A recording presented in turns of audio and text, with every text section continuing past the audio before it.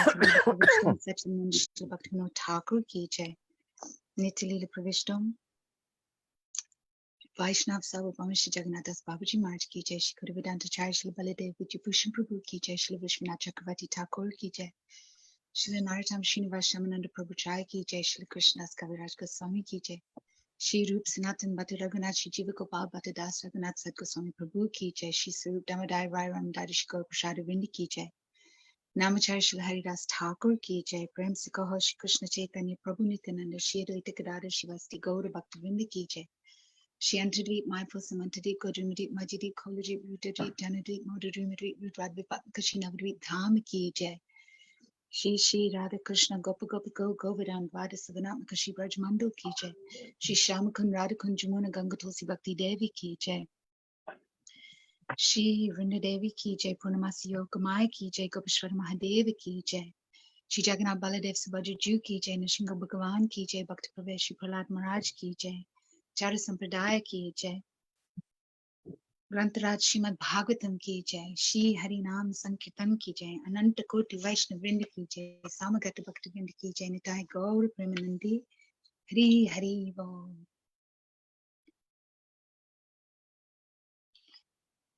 So sing Nadia Godrum Srila Bhaktivinoda Thakur. Nadia नदिया गोद में नित्यानंद महाजान पति अचिना महता जीवेरा करान। नदिया नदिया गोद में नित्यानंद महाजान पति अचिना महता जीवेरा करान। श्रद्धा वंजना है श्रद्धा वंजन श्रद्धा वंजना है श्रद्धा वंजन पति अचिना महत जीवेरा करान। पति अचिना महत जीवेरा करान। नदिया नदिया गोद्रु में नित्यानंद महाजान पति अचिना महता जीवेरा करान। प्रभु राय ज्ञाय भाई मगी यही भिक्षा। प्रभु राय ज्ञाय भाई मगी यही भिक्षा। बोलो कृष्ण भज कृष्ण करो कृष्ण शिक्षा। बोलो कृष्ण भज कृष्ण करो कृष्ण शिक्षा। नदिया नदिया गोद में नित्यानंद महाजान पति अचिना महता जीवेरा करान। नदिया नदिया गोद में नित्यानंद महाजान पति अचिना महता जीवेरा करान। अपराध शून्य है लोह कृष्ण नाम। अपराध शून्य है लोह कृष्ण नाम। कृष्ण माता कृष्ण पिता कृष्ण धन प्राण। कृष्ण माता कृष्ण पिता कृष्ण धन प्राण। नदिया नदिया गोद में नित्यानंद महाजान पति अचिना महता जीवेरा करान। नदिया नदिया गोद में नित्यानंद महाजान पति अचिना महता जीवेरा करान। कृष्ण रसम सरको चरी अनुचार। कृष्ण रसम सरकरम चरी अनुचार। जीवे दया कृष्ण नाम सर्व धर्म सार। जीवे दया कृष्ण नाम सर्व धर्म सार। नदिया नदिया गोद में नित्यानंद महाजान पति अचिना महता जीवेरा करान। नदिया Nadiya Godru Nityananda Mahajan Patiya China Mahata Jivera Kalgan. Hare Krishna Krishna Krishna Hare Hare Hare Ram Ram Ram Hare Hare Hare Krishna Krishna Krishna Hare Hare Hare Ram Ram Ram Hare Hare Hare Krishna Krishna Krishna Hare Hare Hare Rama Ram Ram Hare Hare Hare Krishna Krishna Krishna Hare Hare Hare Ram Ram Ram Hare Hare Krishna Krishna Krishna Hare Hare Hare Rama Rama Rama Hare Hare Hare Krishna Krishna Krishna Hare Hare Hare Rama Rama Rama Hare Hare Jaya Jaya Gurudev Gurudev Jai Gurudev Jaya Jaya Gurudev Gurudev Jaya Jaya Gurudev Jaya Jaya Prabhupada Jaya Jaya Prabhupada Jaya Jaya Prabhupada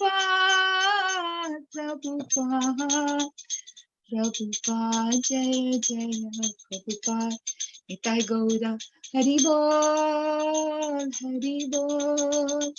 Haribol Nitai Gaura Haribol Nitai Gaura Haribol Haribol Nitai Gaura Haribol Nitai Gaura Premanande Hari Bol Shri Navadvip Parikrama Ki Jai. Hari Bol. Thank you so much for that. It's so beautiful, so heart touching, and you brought us right into the mood of Mahaprabhu and Navadvip Dham. Thank you very much. I'll invoke on behalf of all the present devotees and myself, and then we'll begin by handing over to Chaitanya Maharaj. We've got a great lineup of devotees here today. We've got Chaitanya Maharaj, Prakashatma Prabhu, we've got Nemi Maharaj, and of course at last we've got Ashram Maharaj. So we've got some great speakers here today, and I think it's going to be a wonderful morning to celebrate, to remember and celebrate all the beautiful places we'll be going to in Navadvip. So I'll begin. Om Jnana Timirandasya Jnananjana Salakaya Chakshurun Militam Jena Tasmai Shri Gurave Namaha. Nama Om Vishnu Padaya Krishna Prastaya Bhutale Srimati Bhaktivedanta Swamini Namane. Namaste Saraswati Devi Gaudavani Pacharine Nivasesa Sanyavadi Paskachade Satarine. Nama Om Vishnu Padaya Radhikai Priyatmane Shishima Bhaktivedanta Narayani Namane. Gurudeva Gaurachandaya Radhikaya Tadavaya Krishnaya Krishna Bhaktaya Tad Bhaktaya Namo Namaha. Shri Krishna Chaitanya Prabhu Nityananda Shri Advaita Gadadhar Shivasadi Gaura Bhaktavinda. Hare Krishna Krishna Krishna Hare Hare Hare Rama Rama Rama Hare Hare. First of all, I want to offer my unlimited Dandavat Pranams to the lotus feet of my Diksha and Shiksha Guru, Srila A.C. Bhaktivedanta Swami Prabhupada. I want to also offer my unlimited Dandavat Pranams to the lotus feet of my merciful and affectionate Shiksha Guru, Srila Bhaktivedanta Narayan Maharaj, unto our most sacred Guru Varga, Rupanuga Guru Varga, and all of our previous acharyas, unto the lotus feet of Sri Nityananda Ram, unto the lotus feet of Sri Satyananda Gaurari.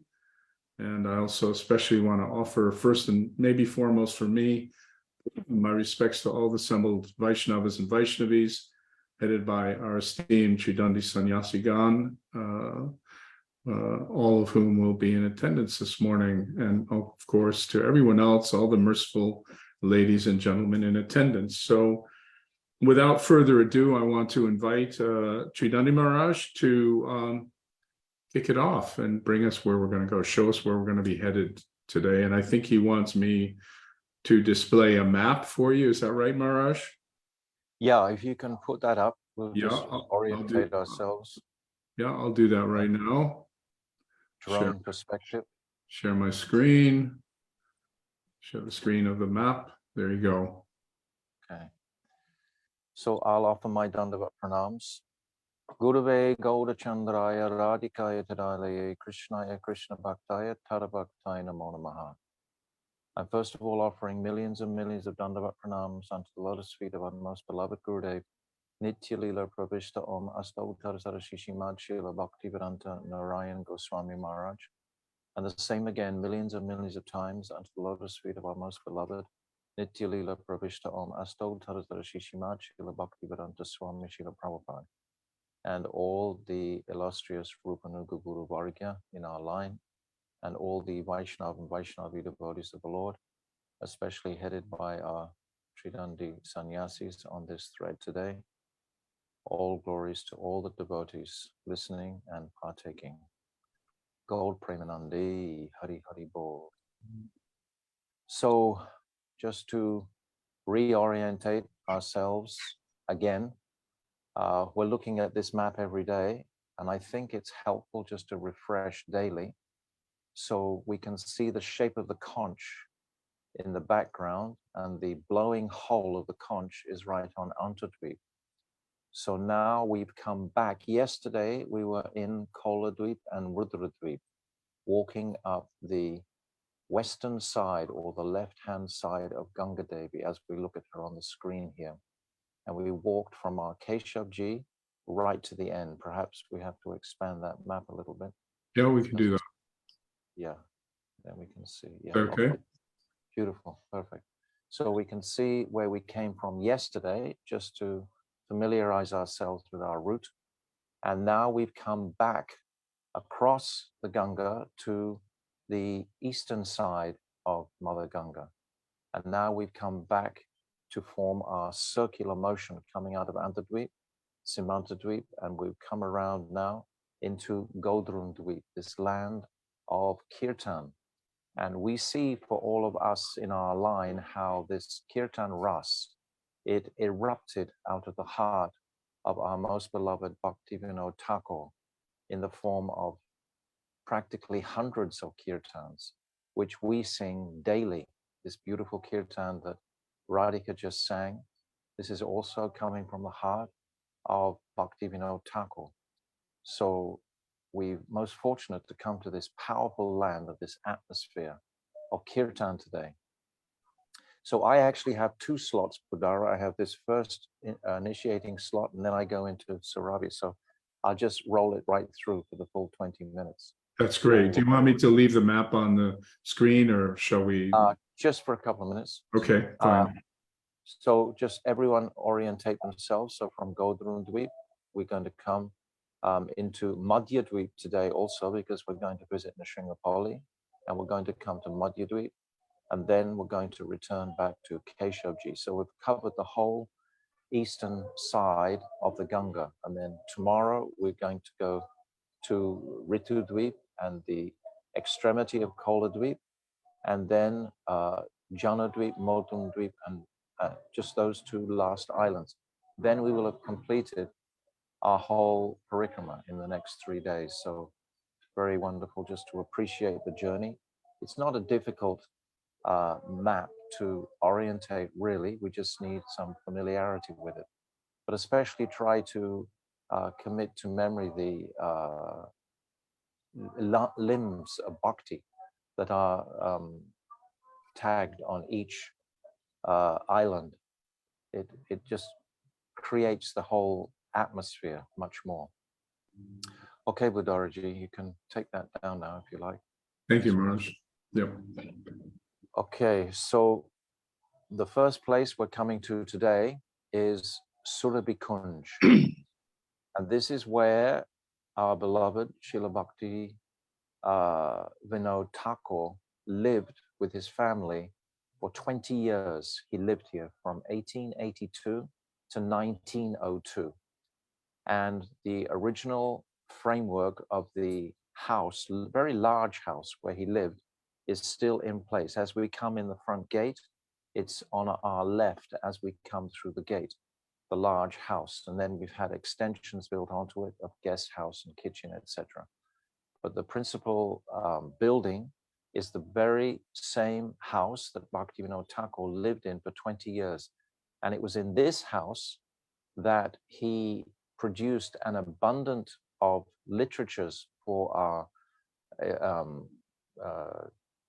clarity on the Shastras, especially the Jayavadama, which he wrote here. And he wrote it in 2 months. He channeled it out of his Samadhi Bhasya, and he just gave this book to the world. Also his Shikshamrita, his Bhagavad Arka, Marichi Mala was written from here. So many books were written from here. So this was the principal house. And then further down the road, half a kilometer, is Swananda Sukata Kunj, where the final remnants of his mortal body are entombed there. And it's where he would have like his office, so to speak. But his home and his family were here in Surabhi Kunj. This Surabhi Kunj is celebrated with the pastime, of course, of Surabhi Devi, who was requested by Lord Brahma to accompany Indra, who wanted to be forgiven for the horrendous aparad he had committed to Krishna in trying to, practically speaking, murder all the residents of Vrindavan, inundate them with the rains of the devastation waters. And for 7 days, those waters teemed down. And of course, we know the pastime of Krishna raising Govardhan Hill, protecting all the citizens. And the result of this pastime was the curing of Indra's pride. We should just try to empathize for a moment.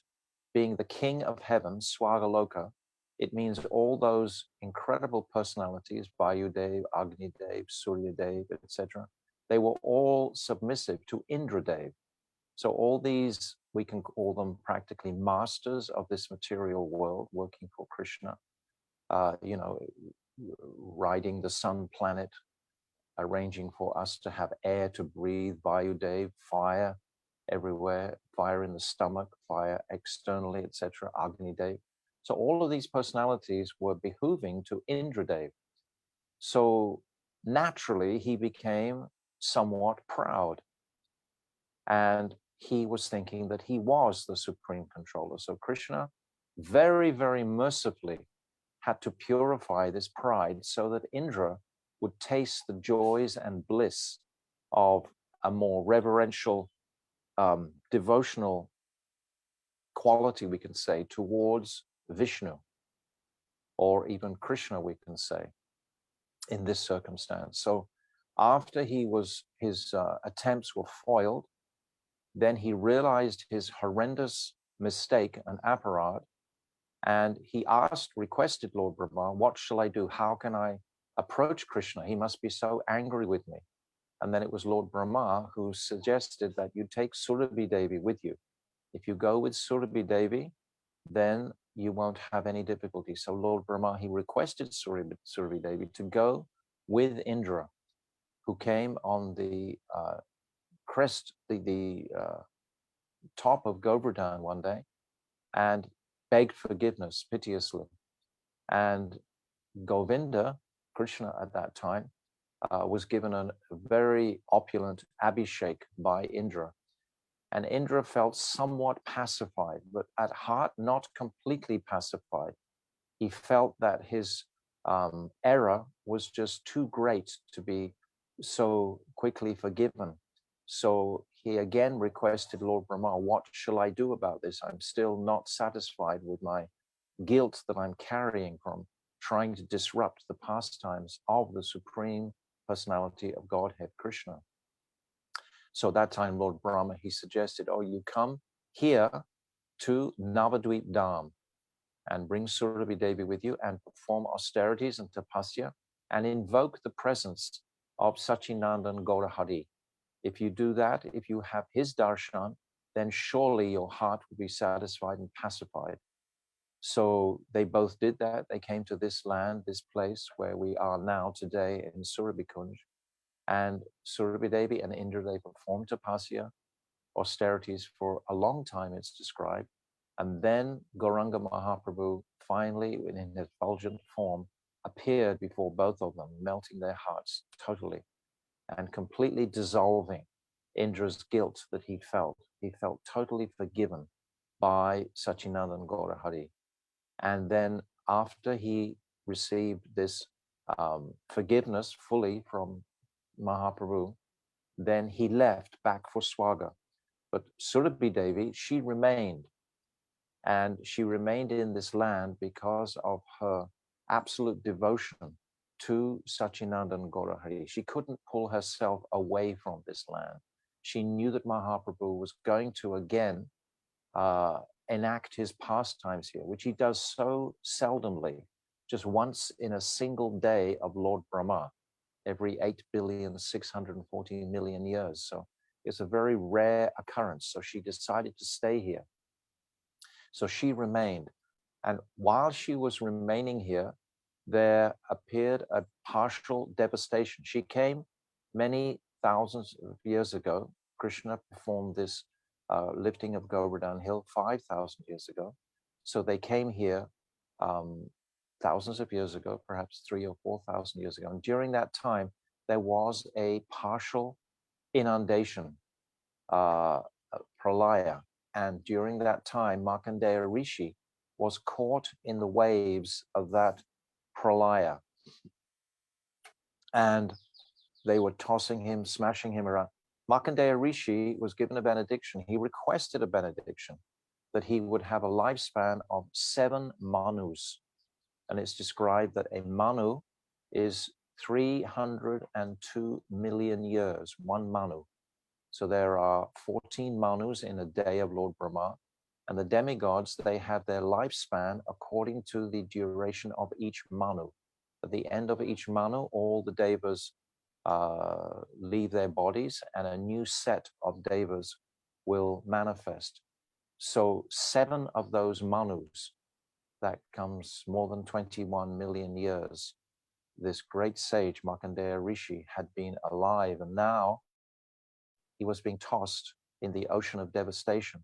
And he had a desire when he requested this benediction to see the illusory energy of the Lord. He had this desire in his heart. So while he was being tossed in this ocean, then he suddenly had the vision, saw a beautiful baby boy lying on a leaf of a banyan tree, sucking his toe. And Markandeya Rishi was totally enchanted by this vision of Krishna himself directly. And he was completely attracted toward this boy. And then this boy, he breathed in, and all the universes, including Markandeya Rishi, came into his abdomen. And all of a sudden, Markandeya Rishi was back in his ashram, where it was all safe and sound, and that ocean of devastation had departed. And then this little boy breathed out again. And then again, he was thrown into the enormous waves of the devastation ocean. So then he understood, this is the illusory energy of the Lord. He's breathing in and breathing out countless universes. So then his satisfaction to experience this illusory energy was complete. But at this time, Mother Surabhi from here, she pulls him out of that ocean, because it's described that even though there's a devastation, this land of Navadvip Dham is never inundated.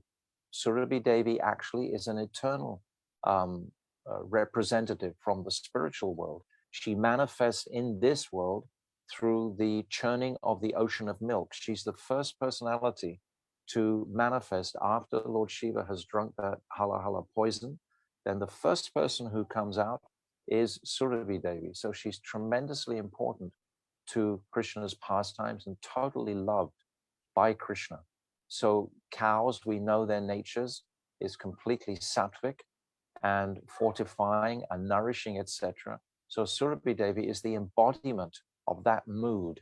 So she resides here at Surabhi Kunj eternally. And our noble Bhaktivinoda Thakur understood this mood and understood the powerful presence of this particular tract of land. If the Supreme Lord appears in a certain area, that makes an indelible imprint into the atmosphere forever. There's no doubt about it. Like I was describing yesterday, when you go to the Yoga Pit, where Chaitanya Mahaprabhu appeared, and you just place today your head on the ground in front of the deities, you can sense, you can feel it's almost like a magnetic pull, something beyond this three-dimensional world. You move into a fourth or fifth dimensional world of consciousness. It's there, tangible. So here in particular, Surabhi Devi was emitting this special nourishing potency. So this is where Bhaktivinoda Thakur took shelter to produce that beautiful book, Kalpatavi, the book of the marketplace, the holy name, where Nityananda is taking the holy name to the world from here. This is where he had that vision of Nityananda being the chief shareholder and Advaita Acharya as being a second shareholder, along with Rupa and Sanatan in Vrindavan as being shareholders, and Swarup Damodar and Paramananda Puri in Puridam as being shareholders in the trading of this holy name. So he's written a whole beautiful book about the marketing of the holy name, which came from here also. All of these incredible pastimes were revealed directly to the Thakur in his mystic samadhi, in his trance-like state. But it was from this very place that these truths were erupting. So this is such a powerful stan, such a powerful place to visit and become nourished in our parikrama and our dedication, especially to Bhaktivinoda Thakur, who is the guiding light for our kirtans, for our direction, etc., through his Navadvip Mahatmya, through his Navadvip Taranga, and so many books. He's given Bhajan Rahasya, etc. All of these books he's gifted to us from this very land. So the mood and stature of this personality really resonates when you're here, if you're remembering Bhaktivinoda Thakur.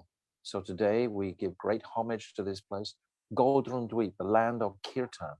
So Bhaktivinoda Thakur plugged in to this remarkable connection of Kirtan and produced these phenomenal Kirtans for us in the form of books, as well as direct songs and poems, etc., that he wrote from here. So today we're honoring Surabhi Devi in particular and her beloved worshipper, Srila Bhaktivinoda Thakur. Also today, I just have to end as a footnote that today is the Tirobhav of Madhavendra Puri. How am I doing for time, Budara? You're fine, Maharaj. Well, you only have 1 minute. I'm looking for Prakashatma Prabhu, but I don't see him in the group. So if he's there, please make yourself known. Go ahead, Maharaj. Quickly glorify He's there. Madhavendra Puri, just to refresh us all. It's his Tirobhav, it's his disappearance day. Madhavendra Puri is described by our beloved Gurudev as the Prem Ankur. That means the seed, the root of the Bhav tree, the Bhav Bhakti that Mahaprabhu was going to produce. Madhavendra Puri is like the seed. Ishvara Puri, his illustrious disciple, is like the sapling. And then Mahaprabhu himself is the full tree and embodiment of this Bhav Bhakti that he's come to manifest. So Madhavendra Puri, we always remember the very beautiful verse. He sang on his departure day, this Ayinanda Tanuja King. Is that right? No, Ayadina Dayadrinata Hey Maturanath Kadavalokyase Pridayam Tvad Aloka Kataram Dayata Brahmyate Kim Karomyaham. This Kim Karomyaham is like a kinkari. He's expressing his devotion to Sri Radhika. It's this devotion to Sri Radhika that is propelling this Rupanuga line. This devotion to Sri Radhika has to be on the front burner of our practice all the time. We have to be understanding. This is what my Gurudev has come to gift us. He's come to open this gift of Mahaprabhu, this Radha Dasya. So this is certainly considered while we glorify Madhavendra Puripad today. So we can consider the auspiciousness of this time and place today. We're in Surabikund, and it's also the disappearance day of Madhavendra Puri. So great, powerful udipan, or inspiration for our devotion to flourish and progress. So Madhavendra Puripad ki jai, Suraj Devi ki jai, Srila Bhakti Vinod Thakur ki jai, Satchinandana Gaura Hari ki jai, Gaura Premanande Hari Hari Bol. Thank you very much, Maharaj.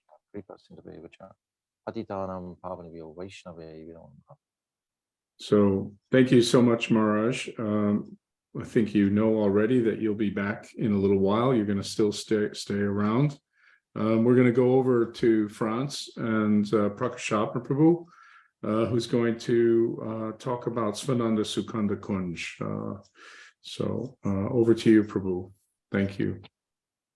Om Agyanat Mirandasya Gyananjana Shalakaya Chakshurumritam Yena Tasmai Shri Gurave Namaha Gurave Gorachandraya Radhikaye Tadalaye Krishnaya Krishna Bhaktaya Tad Bhaktaya Namo Namaha Namo Bhakti Vinodaya Satchitananda Namine Gaura Shakti Swarupaya Rupanuga Bharayate. So by the grace of Sri Guru and Gauranga, now we are in Godruma. And actually this is where Bhaktivedanta Tridandi Maharaj, he lives not far from this Swaranda Sukada Kunj. So he has spoken about Surabhi Kunj, where Bhaktivinoda Thakur had lived more than 20 years. And he purchased that land a little further where he made his bhajan kutir. So this is where he practiced intensively his bhajan kutir, and Gaurkishora Das Babaji, he will come also and do bhajan with him. And this is also where Srila Bhaktisiddhanta, he met for the first time his Guru Maharaj. So this is in a very important place. And I'm going to speak about the Thakur because it is such an important personality in our Sampradaya. He was called Saptam Goswami, and Shri Gurudev said no one ever was called Saptam or Ashtam Goswami. It is very specific and very particular because, as we know, Srila Bhaktivinoda Thakur, he was a grihasta, and he had 11 children. He actually married twice. And he was also engaged in the government, the British government, as a high court judge. He had so many responsibilities, and yet he met again this bhakti current. Sometimes he's called Bhagirati. He made this Ganga current flow again of bhakti, which was almost extinguished after the disappearance of Srila Bharadev Vidyabhushana, Srila Vishwanath Chakravarti Thakur and Bharadev Vidyabhushana. There was a period of 150 years almost where there was no high quality of bhakta showing. There were some, but they were bhajananandi. They were just absorbed in their own bhajan. And so many of this Apa Sampradaya had come and they will mix the mundane lust and mundane love of this material world with the Radha Krishna pastimes.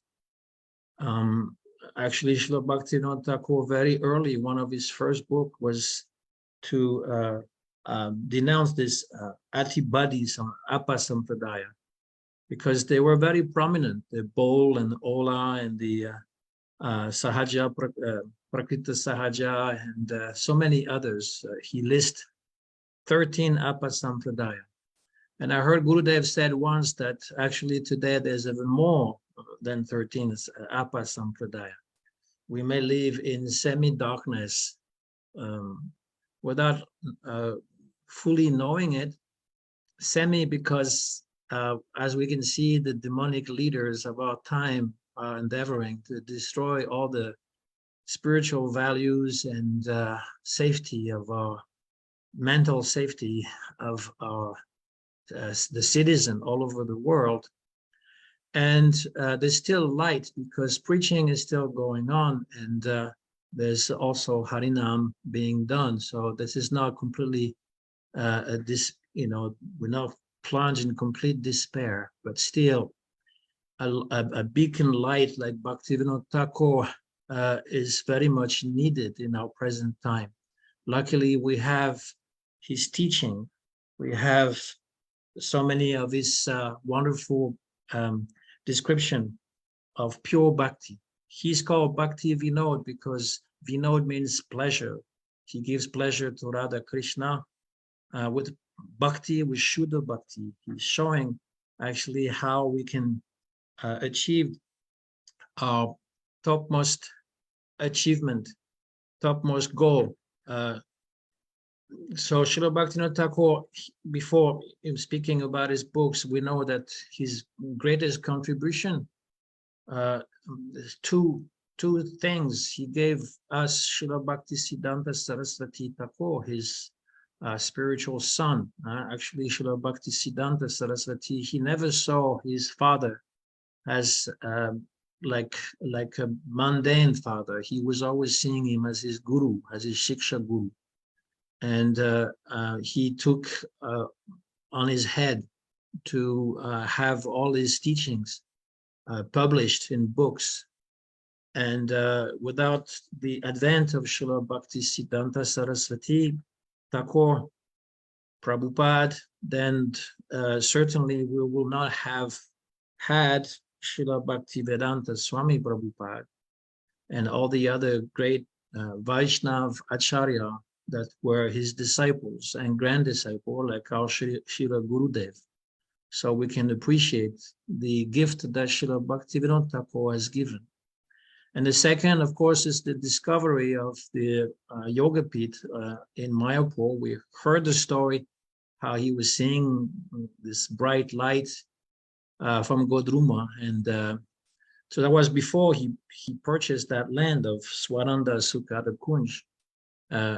And it appeared to him a few times, and he also had darshan of Gornitai. So he purchased many maps, old maps, and also read again the Chaitanya Bhagavat and Bhakti Ratakara and different other books to see if this could be the actual land of Mahaprabhu's advent. And we know the story how he brought Shri Jagannath Das Babaji on the spot, and even though he was very old and carried in a basket, he jumped up in the sky. He was quite tall, this Jagannath Das Babaji, 6 feet tall, and he jumped from the basket, and he was dancing wildly. And so then everybody knew that this was the place, and he confirmed this. Actually, the Babaji said this is the birthplace of Chaitanya Mahaprabhu, and he instructed how to have deities there. So this are very two great contributions of Srila Bhaktivinoda Thakur. He wrote, the Thakur also wrote many, many books, as I said. And what is interesting is before reaching to the very high stage of bhakti that are described in those special books like Bhajana Rahasya and Harinam Shintamani and Jeva Dharma, he also had a consideration first of all, for Westerners, because he wrote in English also. And he also spoke about his early life. He explained in some kind of autobiography how once he met a carpenter that was making these marble deity, not marble, they put straw, and then they make, you've seen it in Navadvip, how they make those murti. So he was asking him, is God inside this murti? And then the carpenter will say, he's not there, but he will come. So he was just a little boy. And he was asking, when is the deity, when is God actually entering the deity? So the carpenter, he said, when I will paint his eyes. So he said, I came when he painted his eyes and I saw nothing. I didn't see the deity becoming alive or becoming godly. So he said, again, asked the question, when is God coming into the deity? So then this carpenter, he said, well, when it is installed by Brahmanas, when you have a special ceremony of installation, then he becomes alive with the God. So he came to the installation, and the same thing happened to him. He said, nothing happened. So he went again to this this carpenter that was making those murti, and he asked him again, how can we consider this to be God? And he replied, the carpenter, I don't think these idols are worth nothing. I think they're worth nothing. They're just for business. I sell them for money. Actually, I don't believe in any of these things. The Brahmana, they're exploiting the people because they're very gullible. And so I make this murti of Durgas, and they install them, and people think that Durga is actually there, but it's just an idol. So he asked him, because he was still a boy, Bhaktivinoda Thakur, so what is your belief about God? So he said, I believe in Parameshwara. There's a one supreme God, one Lord which is invisible, and he is controlling everything. I don't believe in all these different gods, what we call demigods, the small gods. I don't believe in that. So he was happy. He said in his writing that he was actually happy by the answer. Then he met a Muslim, and he had some kind of a discussion with him. And he said, Kodha, because this is the name of God in Persian language, Kodha. He's the supreme God, Allah, if you want. So then he asked him, what about, and this Kodha is also called Rahim. And he said, what about Ram? So the Muslim answered, he said, yes, Rama, Rahim, same. Actually, every surat in the Quran begins with Bismillah, Rama, Rahim. There's the word Rama. Every surah begins like this. In the name of God, the most merciful, the most benevolent God. So he was happy to hear this. And then when there was much later, when he was an adult, and there was some kind of fight between the Brahmins and the Christians and the Brahmo Samaj. The Brahmo Samaj, at that time, they had become almost Christian. They believed that Christianity and the Western civilization had something to offer, which was much greater than what India was giving. And this Brahmo Samaj is also called Arya Samaj. Sometimes it's very fanatically Hindu, and sometimes it became almost Christian. And this Arya Samaj, first of all, was created by the grandfather of Rabindranath Tagore. Rabindranath Tagore, he was a contemporary of Srila Bhaktivinoda Thakur. They knew each other. And at first he was attracted by Vaishnavism. Actually, Tagore is an English word for Thakur. And they say Tagore, but it's actually Rabindranath Thakur. And but then later on, he was influenced by the Bola, this Apasampradaya, because if you read this Gitanjali of Tagore, I know devotees, they don't like to read Tagore. Some poetry is quite nice, though. He speaks of Sanatan Goswami at one point, which discard the philosophical stone. This he has a Chintamani stone, and he's discarding it. And one beggar is asking for money, and he says, "Well, if you want, there's this stone. Give some money." So he describes in one poem this story. But then in other places, you can see that it is a little contaminated by this Bola Sampradaya. So anyway, in his two instances, actually, that was transcribed or written, actually, it was given in English, this speech to the Brahmo Samaj, in order to make peace between the Brahmin, and Hindus. One writing, one speech called Our Wants, written in 1863, and a few years later in 1868, the Bhagavad, its philosophy, its ethic, and its theology. And in this book, which is actually was spoken by Srila Bhaktivinoda Thakur in English, he explained how he was attracted by Christianity in his early age, because it made more sense than all this different mythology in the Puranas. And he thought that Bhagavatam was actually full of mythology. But that is why at one point in the Bhagavad, he's saying that Jesus is the savior of the West and Chaitanya is the savior of the East, because he saw that actually there was some good in Jesus. And so he first of all, he talks against the Bhagavad Purana.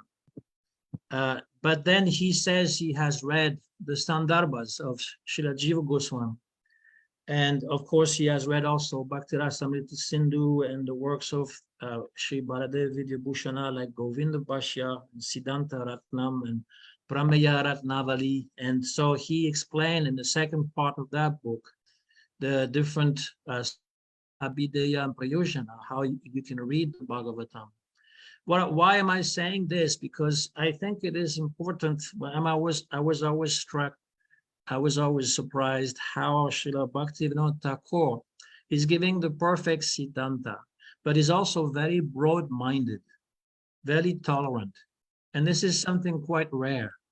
There's many devotees who have Siddhanta, they know Siddhanta, but they have a tendency to be very fanatical and to attack each other, even among Vaishnava sometimes, because we don't agree with certain understanding. For example, the origin of the jiva. I don't know why devotees fight over this idea. Just a courteous exchange could be just appreciated. And one is entitled to think differently. So Srila Bhaktivinoda Thakur, he has shown this tolerance quite early, because in the late 20th century, some scholars, they have manifested also their interest for interreligious dialogue. But he was already doing this, and you can see even in the Jaiva and in different aspects of his books. Of course, he also established the right Siddhanta. But see, like if you take the wording of Jaiva Dharma, like Kridani Maharaj was saying, he wrote this Jaiva Dharma in Surah Bikunj. So Jaiva, he's not saying Hindu Dharma. He's not saying Vaishnav Dharma. He's saying Jaiva, of the Jiva, meaning Prabhu, that, yes? I'm sorry to interrupt. It's really difficult for me to stop you because it's so fascinating, but maybe could you wind up now? We've got Nemi Maharaj, next speaker. Okay. So when you get a chance. Okay, so this was just for Srila Bhaktivinoda Thakur. Of course, there's so much more we can say. It's an incredible personality. I don't know much about Swaranda Sukhada Kunj. All I can say is that according to the Sanskrit, Swa means self, Ananda means bliss, Sukha means happiness, and Da means to give. So this is describes how Radha Krishna, they taste their own bliss, but they give it also to others.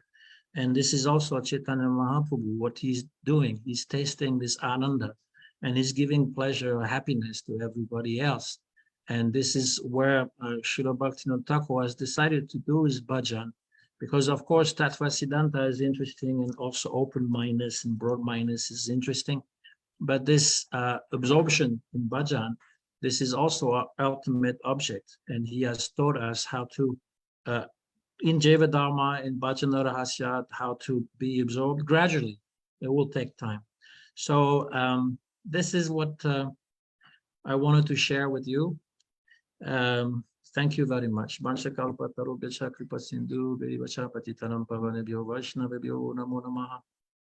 Thank you very much, Prabhu. I'm inspired to ask Yasodhanandan to invite you back for an exposition on the life of Bhaktivinoda Thakur, where you don't have any time restrictions. But I don't know if he'll do that, but I would like that. Thank you. Nemi Maharaj, Dandavat Pranams. Nemi Maharaj is here to talk about Harihara Ketra. I'm not sure that you're there at the moment, Maharaj, but over to you. You have the floor for 20 minutes, please. 20 minutes. Okay. Yeah. Can you hear me okay? Yeah, we can hear you fine. Yeah. Good.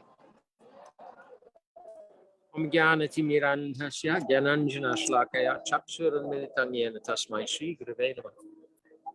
Namah Vishnupadaya Krishna Prishtaya Bhutale Srimate Bhaktivedanta Samniti Nama. Namah Vishnupadaya Radhikaya Priyatmane Shri Shrima Bhaktivedanta Narayaniti Nama.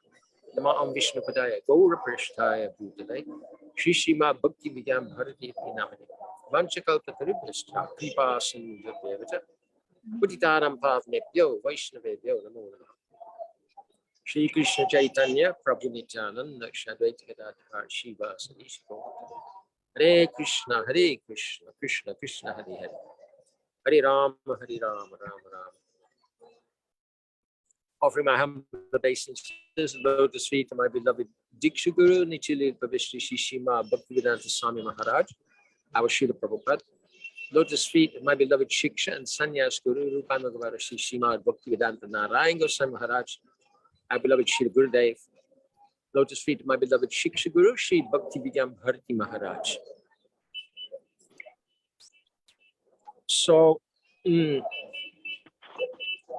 today we spent time in Godramdvip, which as Tridani, I'm offering my obeisances also to Vaishnavas and Vaishnavis present, headed by our distinguished speakers and preachers and our Tridandigan, and my senior God brothers and God sisters. Hare Krishna. So the whole theme, actually, in one way or another, of today's parikrama is Jivadoy, or at least that's one. All of the places that we were at were manifestations of Jivadoy in various ways.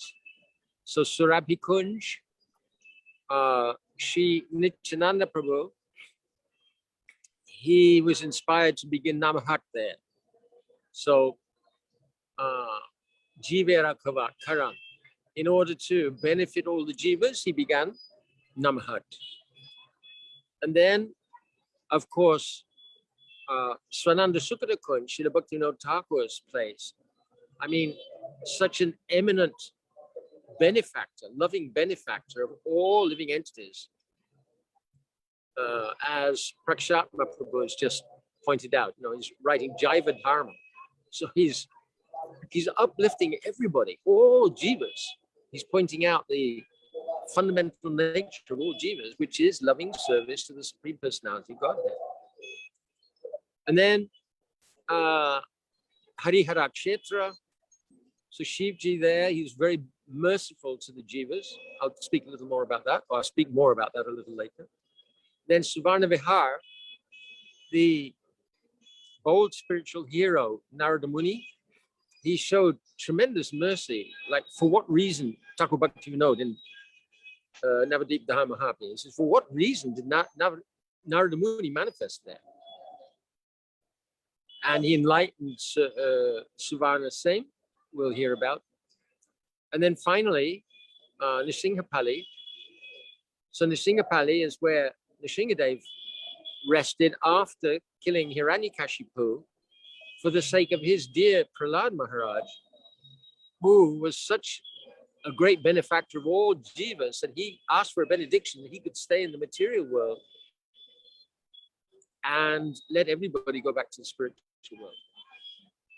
So for me, a theme here for this parikrama is, what is this jiva doing? What induces these great personalities and our Srila Prabhupada and our Srila Gurudev to be so enwrapped in this mood and ras of uplifting fallen jivas that they can forego any personal convenience and go through all sorts of personal sufferings. Like Srila Prabhupada said, I've walked through fire to establish this movement. And anyone who wants to follow me, they will also have to walk through fire.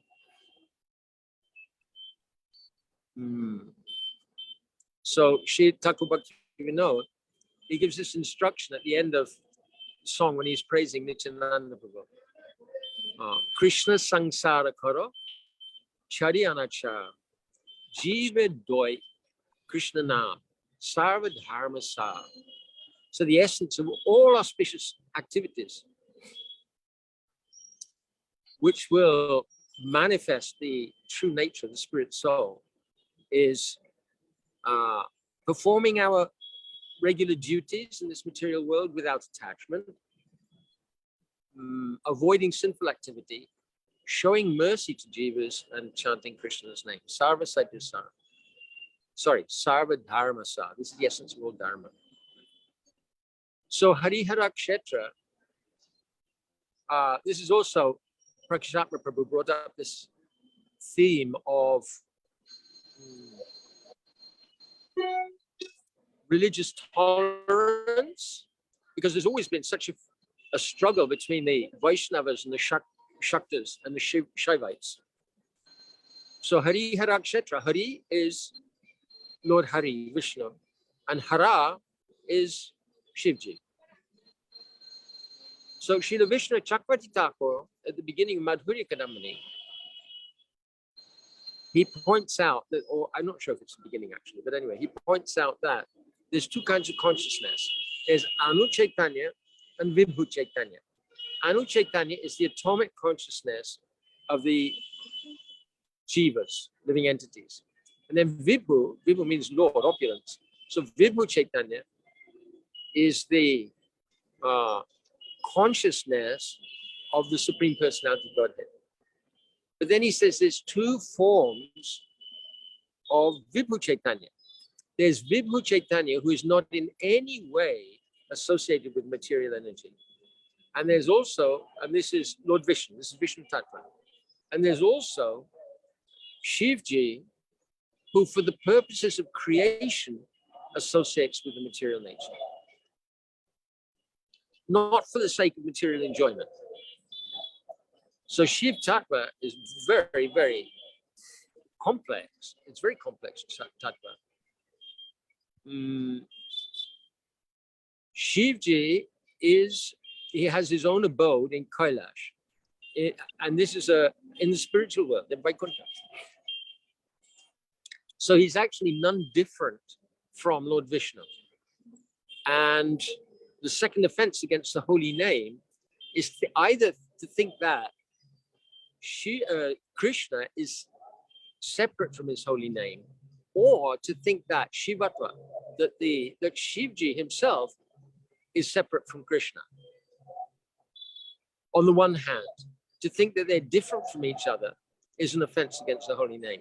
On the other hand, to think that Shivji is an independent Lord and has his power and potency independent of Lord Vishnu or Lord Krishna, that is also an offense against the holy name. So it's very, very delicate.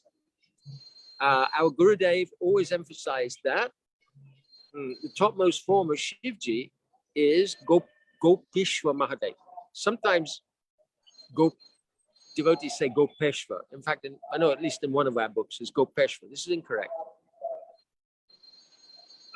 Because the Leela, the pastime, is with the gopis, and Gopi Ishvara comes to Gopishvara. I was corrected one time. I was leading Jai Radhe Jai Krishna. We were in Sri Chaitanya Gaudiya Mat in Chandigarh. And I sang Gopeshwar. And one old brahmachari, he goes, Gopeshwar, what we were singing. So that's the supreme form of Shivji. So, and we know that Shivji, he actually got Gopi form. So it's very, very elevated personality. Vaishnavanam Yata Shambhu. So he's the greatest of Vaishnavas. At the same time, it's very intricate because the Rudras who appear, for example, for the purpose of devastating the universe, they're expansions of Sadashiv. And Advaita Acharya, for example, in Chaitanya Charitamrita, it said that he's incarnation of Mahavishnu.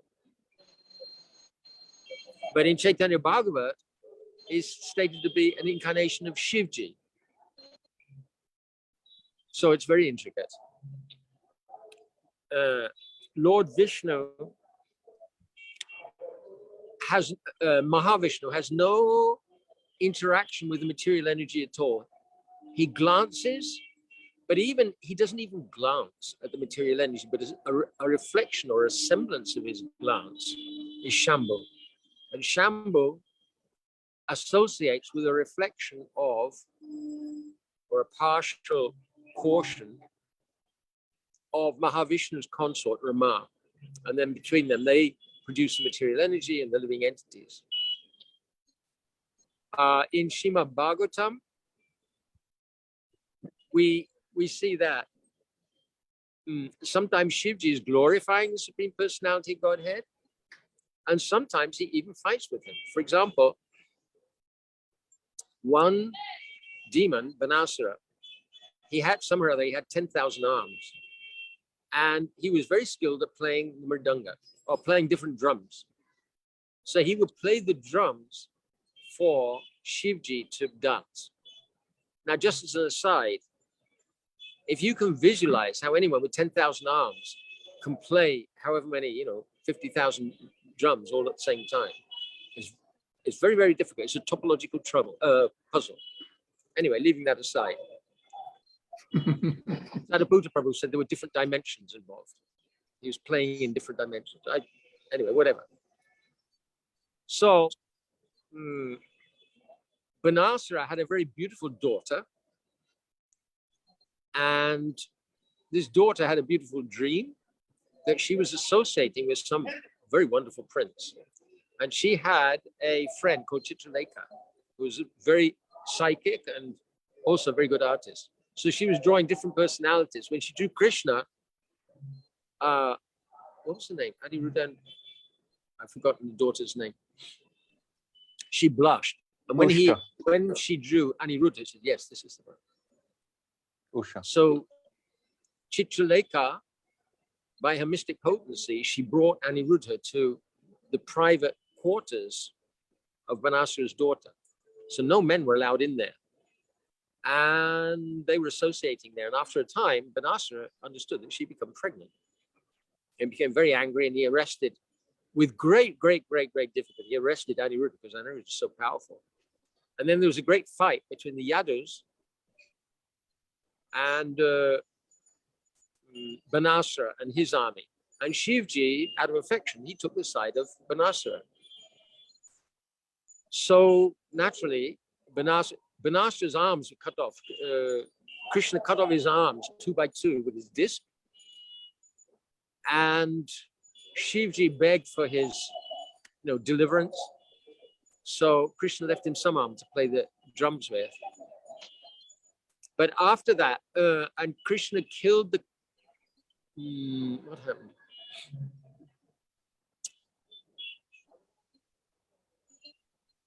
At one point, the king of Kashi was killed, and his son created a great demon that came against Krishna, but met with Sudarshan Chakra, was unable to do anything against the Sudarshan Chakra. So it came back to Kashi and killed everybody who'd been involved in the sacrifice.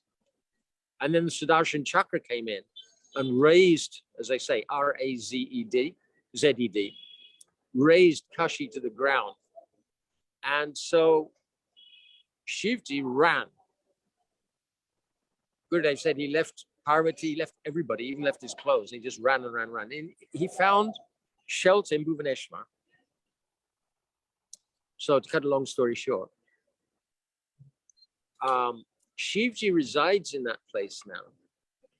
So in Kashi, Varanasi, the impersonalists, they're striving for liberation. But it's dry and dead. Thakur Bhakti Vinod explains that. On the one hand, you lose your material benefits, so-called benefits. And on the other hand, you don't actually gain. Just merging means it's destruction of the self.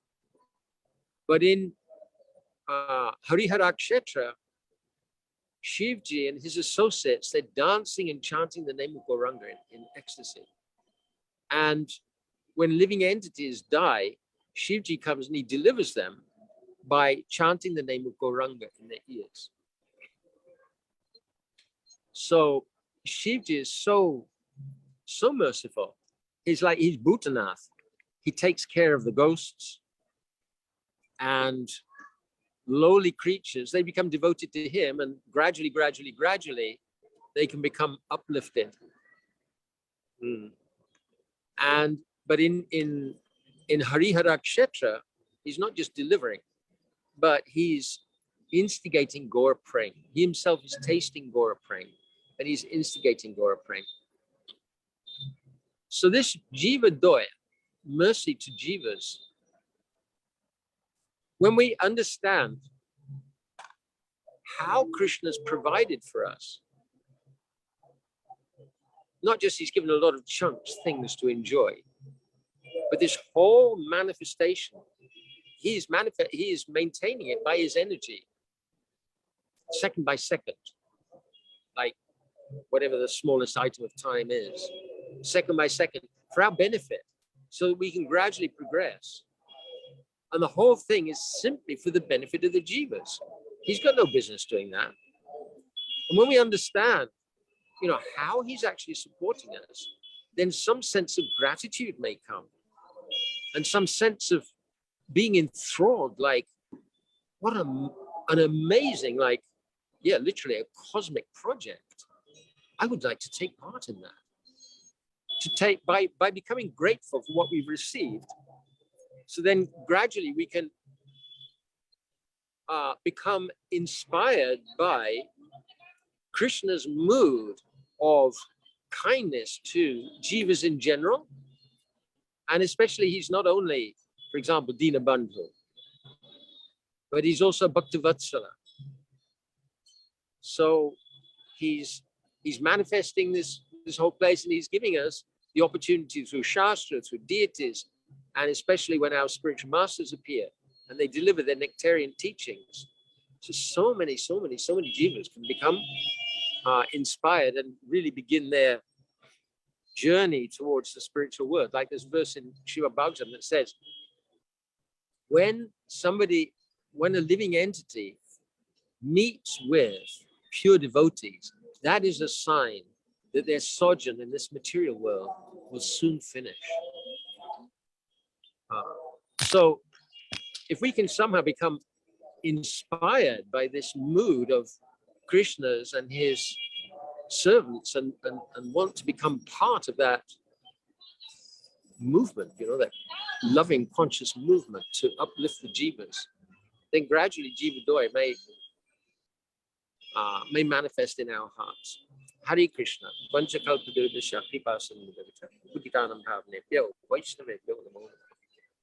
Thank you very much, Maharaj. That was really nice. So self-contained, and it's in the way you presented it. What my mind stuck on was the topological conundrum of 10,000 arms playing drums. So I'm sorry, but don't really buy those extra dimensions. We're going to move over to Chaitanya Maharaj now, and Chaitanya Maharaj is going to tell us something about Savarna Bihar. So Maharaj, over to you. Thank you. Gurave Gaura Chandraya Radhikaya Tidadaye Krishnaya Krishna Bhaktaya Tarabhaktaya Namo Namaha. All glories to our beloved Gurudev, Srila Bhaktivedanta Narayana Goswami Maharaj, and our most beloved Srila Bhaktivedanta Srila Swami Maharaj, and all the Vaishnava and Vaishnavi devotees of the Lord. My Dandavat pranams to all of you. So thank you, Sripad Nemi Maharaj, for that very interesting talk about Gopishwara Mahadev. Very enlivening indeed. Thank you for that. Thank you for that. Thoroughly enjoyed it. Thoroughly enjoyed it. So we're going to leave this beautiful, enormous space of land, because Harihara Ketra is like about 4 or 6 football pitches in size. It's very large. So now we're going to go back up the road from where we've come from, through the little villages, and we're going to come back onto the main road beside the Amgata railway station. Then we're going to go to the right, which is in the direction of Nishringapoli, which eventually we'll reach later on today. And then we're going to veer quite quickly off to the left after about half a kilometer to come to this very small village of Suvarna Bihar.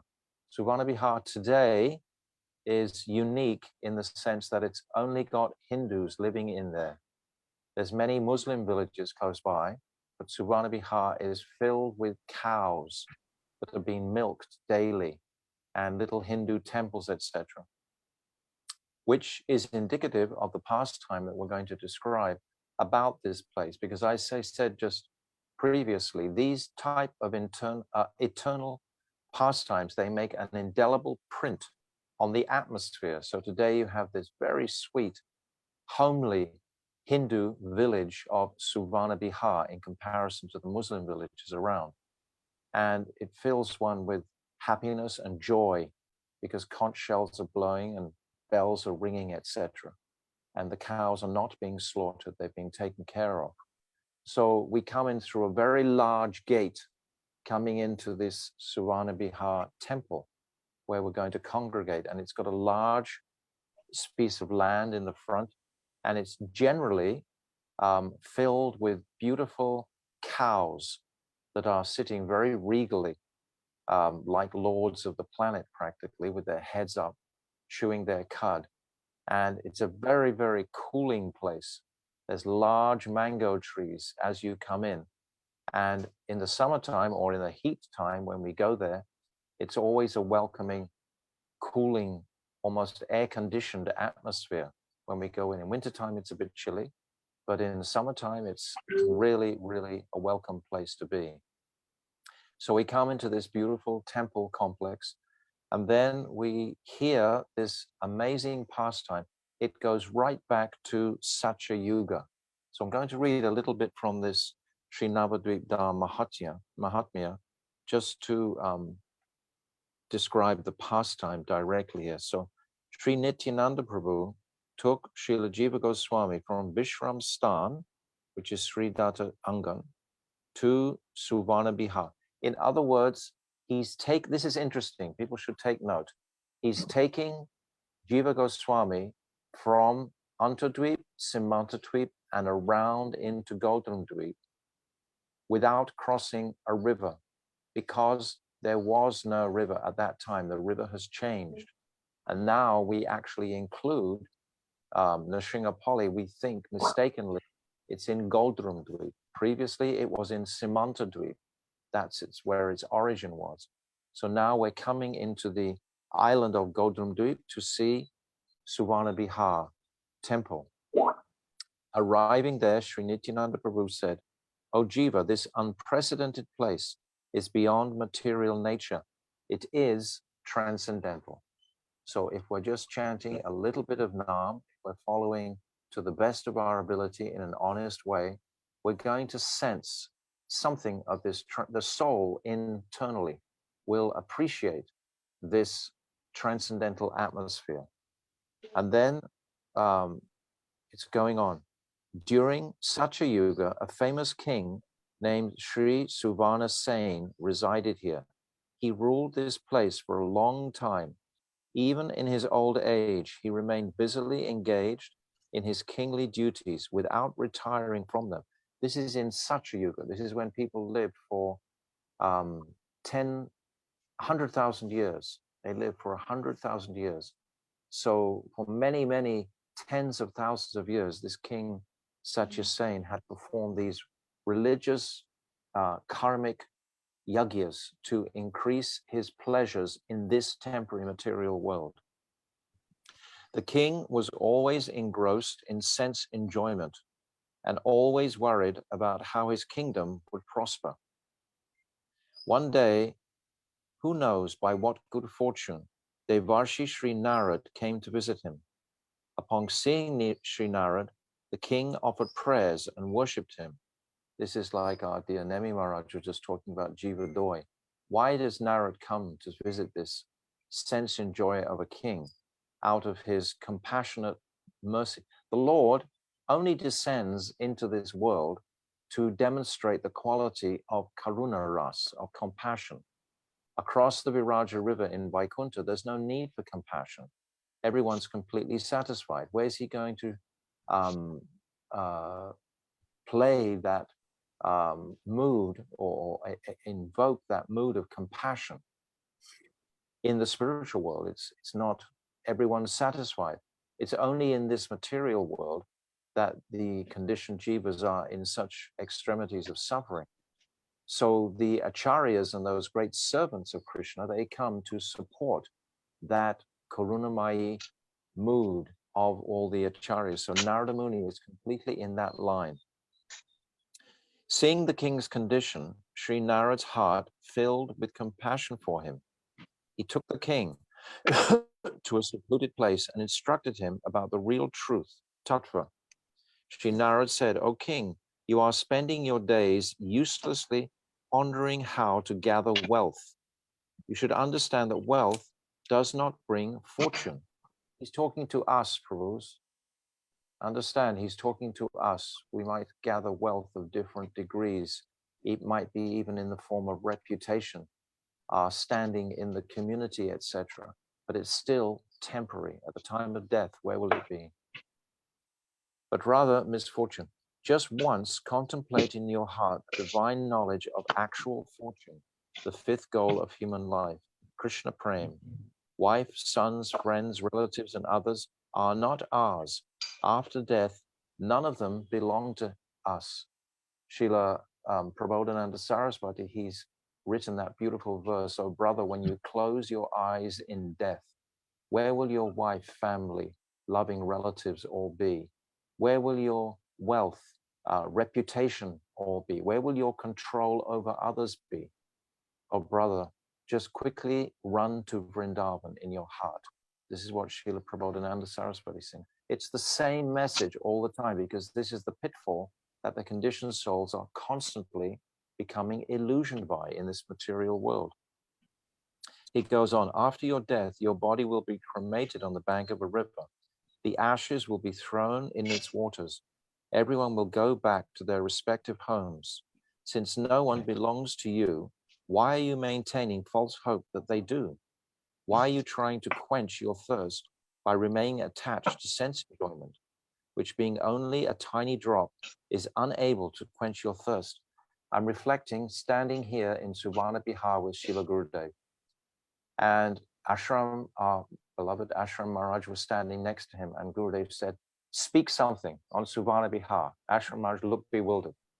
And then Gurudev, he quoted this verse, "Labda sudulabamidam bahu sambhavante manusyam dam artha api dira turnam yate anapaded anumrityo yavan nishresya vishaya kalo sarvatosyat." This is saying that this human birth of life is very rare because it is only attained after many lifetimes. Although temporary, it can give the highest benefit. After all, sense gratification is available in all species. So sense gratification is available in all species. Why are we wasting our time when we have the proclivity, we have the ability to actually transcend this sense gratification? This is our the beginning of our journey. It's not the principal focus. Our principal focus is to enter the land of Vrindavan or the land of Goradam. But we have to stand above this material temporary conception first. So Gurudev, he like injected our Ashram Maharaj with this verse and its full purport and meaning. And then our dear Ashram Maharaj, he erupted with hellfire and brimstone towards the materialist, etc. You know, but it was like the key turning point for the spiel on that, in that mood. It goes on, if you say that attempting to accumulate wealth will enable you to attain happiness and relieve your life, I said wife, fits as well, relieve your life of suffering, then I have to say, O king, that this is completely false, because life itself is temporary. It will not last for more than 100 years. So this is the 100 years in Satya Yuga, which actually is 100,000 years. So this is the whole purport of this place we're coming to. It's as if we've left Kirtan Ras in Godram Dweep, we've come to Shivji to receive his incredible mercy, as our dear Nemi Maharaj was describing.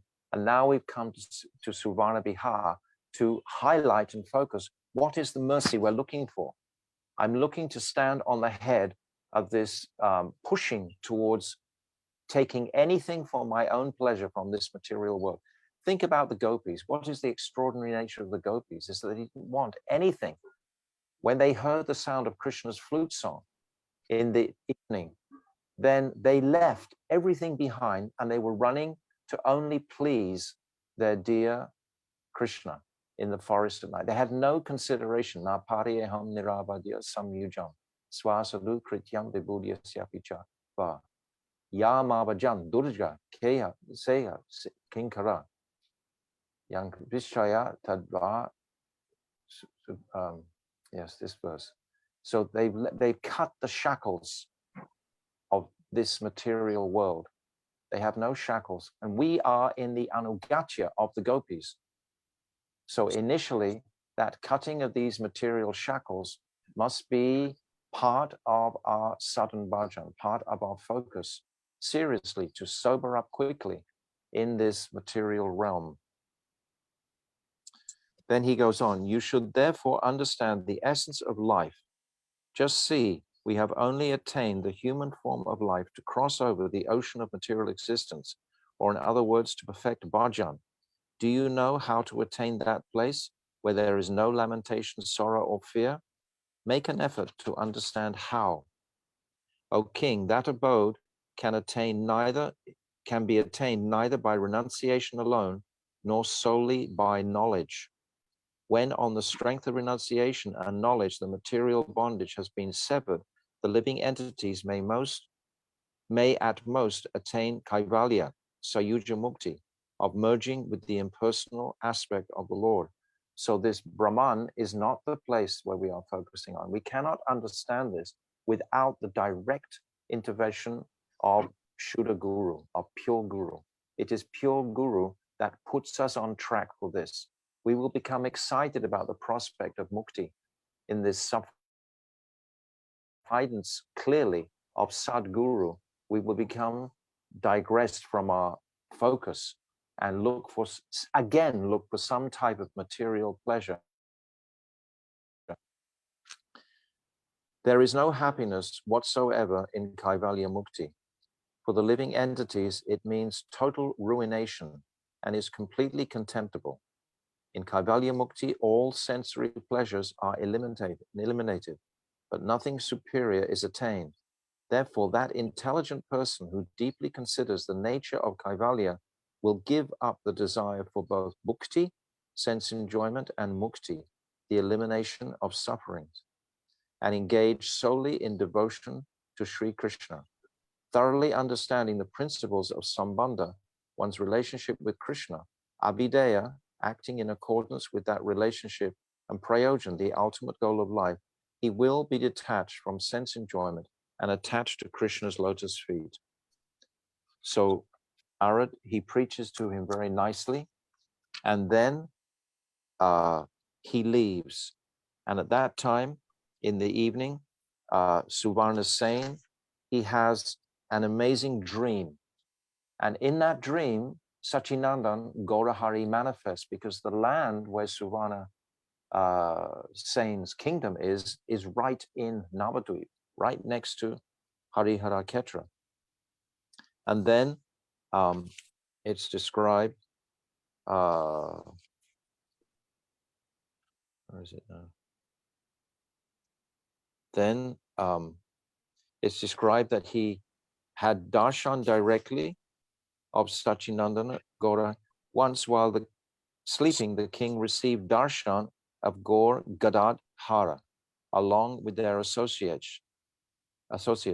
Sri Gaurahari, whose complexion is like molten gold, was dancing in his own courtyard with all his devotees. They were chanting Hare Krishna and embracing one another. As soon as the king awoke, he felt greatly distressed and began to weep, desiring to attain Sri Gaurahari. At that moment, an aerial voice said, "O king, you will take birth at the time of my mounted among my associates. The king endowed with all good qualities at that time. Your name, O king, endowed with all good qualities at that time, your name will be Buddhi Mantakan, and you will serve Sri Gauranga Mahaprabhu's lotus feet." So Buddhi Mantakan is that very wealthy person who was able to facilitate the wedding of Vishnu Priya. So this was his seva directly to Mahaprabhu. Hearing the aerial voice, the king regained his patience and from that moment on began to worship Sri Gauranga. So this is the pastime, this is the mood, this is the heart to stand on the head of these material pushings, Vachovegam, Manasa Krodavegam, that we all have to carry in different aspects of our lives. And to be liberated from that is not the principle of life, though. That Kaivalya is not the principle. The principle is to become attracted to Krishna's pastimes. Gurudev used to describe many times that the Leela is like the rider on the horse of Tattva. So we have to know the Tattva, but the Leela is the place that's going to carry our hearts into the joyous reality of the gifts that Mahaprabhu has come to give. So I think my time is just about over. And I'm very grateful to be offered this opportunity to speak on such an auspicious occasion at such an auspicious place. So my Dandavat pranams to all the devotees and Vaishnava and Vaishnavis, Vansha Kalpa Tarubhyascha, Kripa Sindhavevicha, Patitanam, Pavanivil, Vaishnavi. You were a little early, Maharaj, but I don't know if you want to carry on making a couple more points. You could have as many as 5 more minutes. Bring the hammer down more. Well, how much hammering do the devotees need? We know all these. How much do we need? That's okay. Well, yeah. Look at me. So that tells a story. No. For me. But it's the goal that we need to embellish. It's Vrindavan Dham. It's Navadvip Dham. It's Mahaprabhu's pastimes and Leela that is going to soften the heart. Following the path of renunciation and Vairagya these are the qualities of the Brahmajyoti, and that's not our direction. We're not looking to go there. What's that? That verse. I've forgotten it. Anyway, na sochati na Brahmabhuta prasanatma na sochati na kanchati. Yes, not to follow this renunciation. Mukti mukti spriha yavat. Pishchachi kriti vartate. These two witches within all of us are dancing. The witch for material. We're made of the desire to enjoy, because ultimately we want to enjoy Krishna's service. If we're not happy serving Krishna, how can Krishna happily receive that service? So that blissful nature is within us one way or the other. So one way or the other, we've got to be tasting either the material pleasures that we imagine or the spiritual pleasures that we have in store for us. So that's a very essential point to appreciate. And where does this spiritual bliss lie? It lies in our complete absorption of these transcendental topics, particularly reading of the books of our Goswamis. When we read Rupa Goswami, Vidagdha Madhav, etc., Lita Madhav, all these books of the Goswamis, Prabodhananda Saraswati, Vishwanath Chakravarti Thakur, Bhakti Vinod Thakur, all his poems, Gita Mala, Gita Bali. Then, and if we're chanting simultaneously, we are going to clear the consciousness sufficiently to get a taste. We are hungry for this taste. We all have poor Sukritis or good Sukritis that we've come to this path, but we're hungry for higher Sukritis, higher states of consciousness to appreciate the absolute transcendental bliss of the ultimate reality, the ultimate goal that Sachinandan Mahaprabhu is endeavoring, struggling to actually gift to us all. It's not easy, is it? We can hear all these truths with one part of our mind, but Gurudev used to describe, it seems like the mind and heart are on one side and Guru, Sadhu and Shastra are on the other side. How are we going to get absolute faith in Guru, Sadhu and Shastra over our wandering, powerful minds that are just craving for some sort of pleasure in this realm?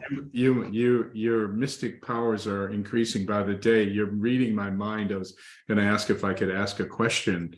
How the mind has an automatic reflex to be attracted to these things. We're so conditioned that the mind is almost like a separate person to the self. And obviously, I guess it's the chanting, it's sadhu sangha. But could you say something about how to ignore the mind or how to step outside of the demands of the mind so that we can become fixed in this type of consciousness that you're talking about? We cannot do it ourselves. We cannot do it mechanically, materially. It's done principally by the mercy of Sri Guru. If he sees that we are following, if Krishna sees we are following, but more than anything, Sachinandan Gaurahari has given two things. He's given the gift of Swabhakti Shriyam, this high gift of entrance into Vrindavan, but he's given us the key, he's given us the weapon to attain it, and that is the holy name. Really and truly the holy name. If we actually believe and have faith in that holy name, we can only have faith in the holy name if we absorb it sufficiently, if we resolutely determine some time during the day and increase that time progressively.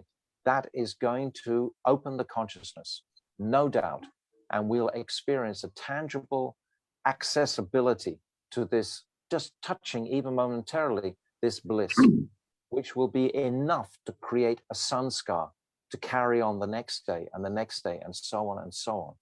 And that energy will gradually replace the material seeking pleasure energy that we've been engaged in for billions of years. It's a whole journey.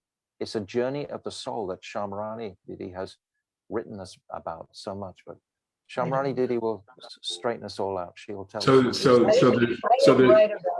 There's no other way. There's no other way. There's no other way. Is there? Yes, Harinam, Harinam, Harinam. Yeah. This is my personal firm faith. I'm as hungry as anyone to enjoy.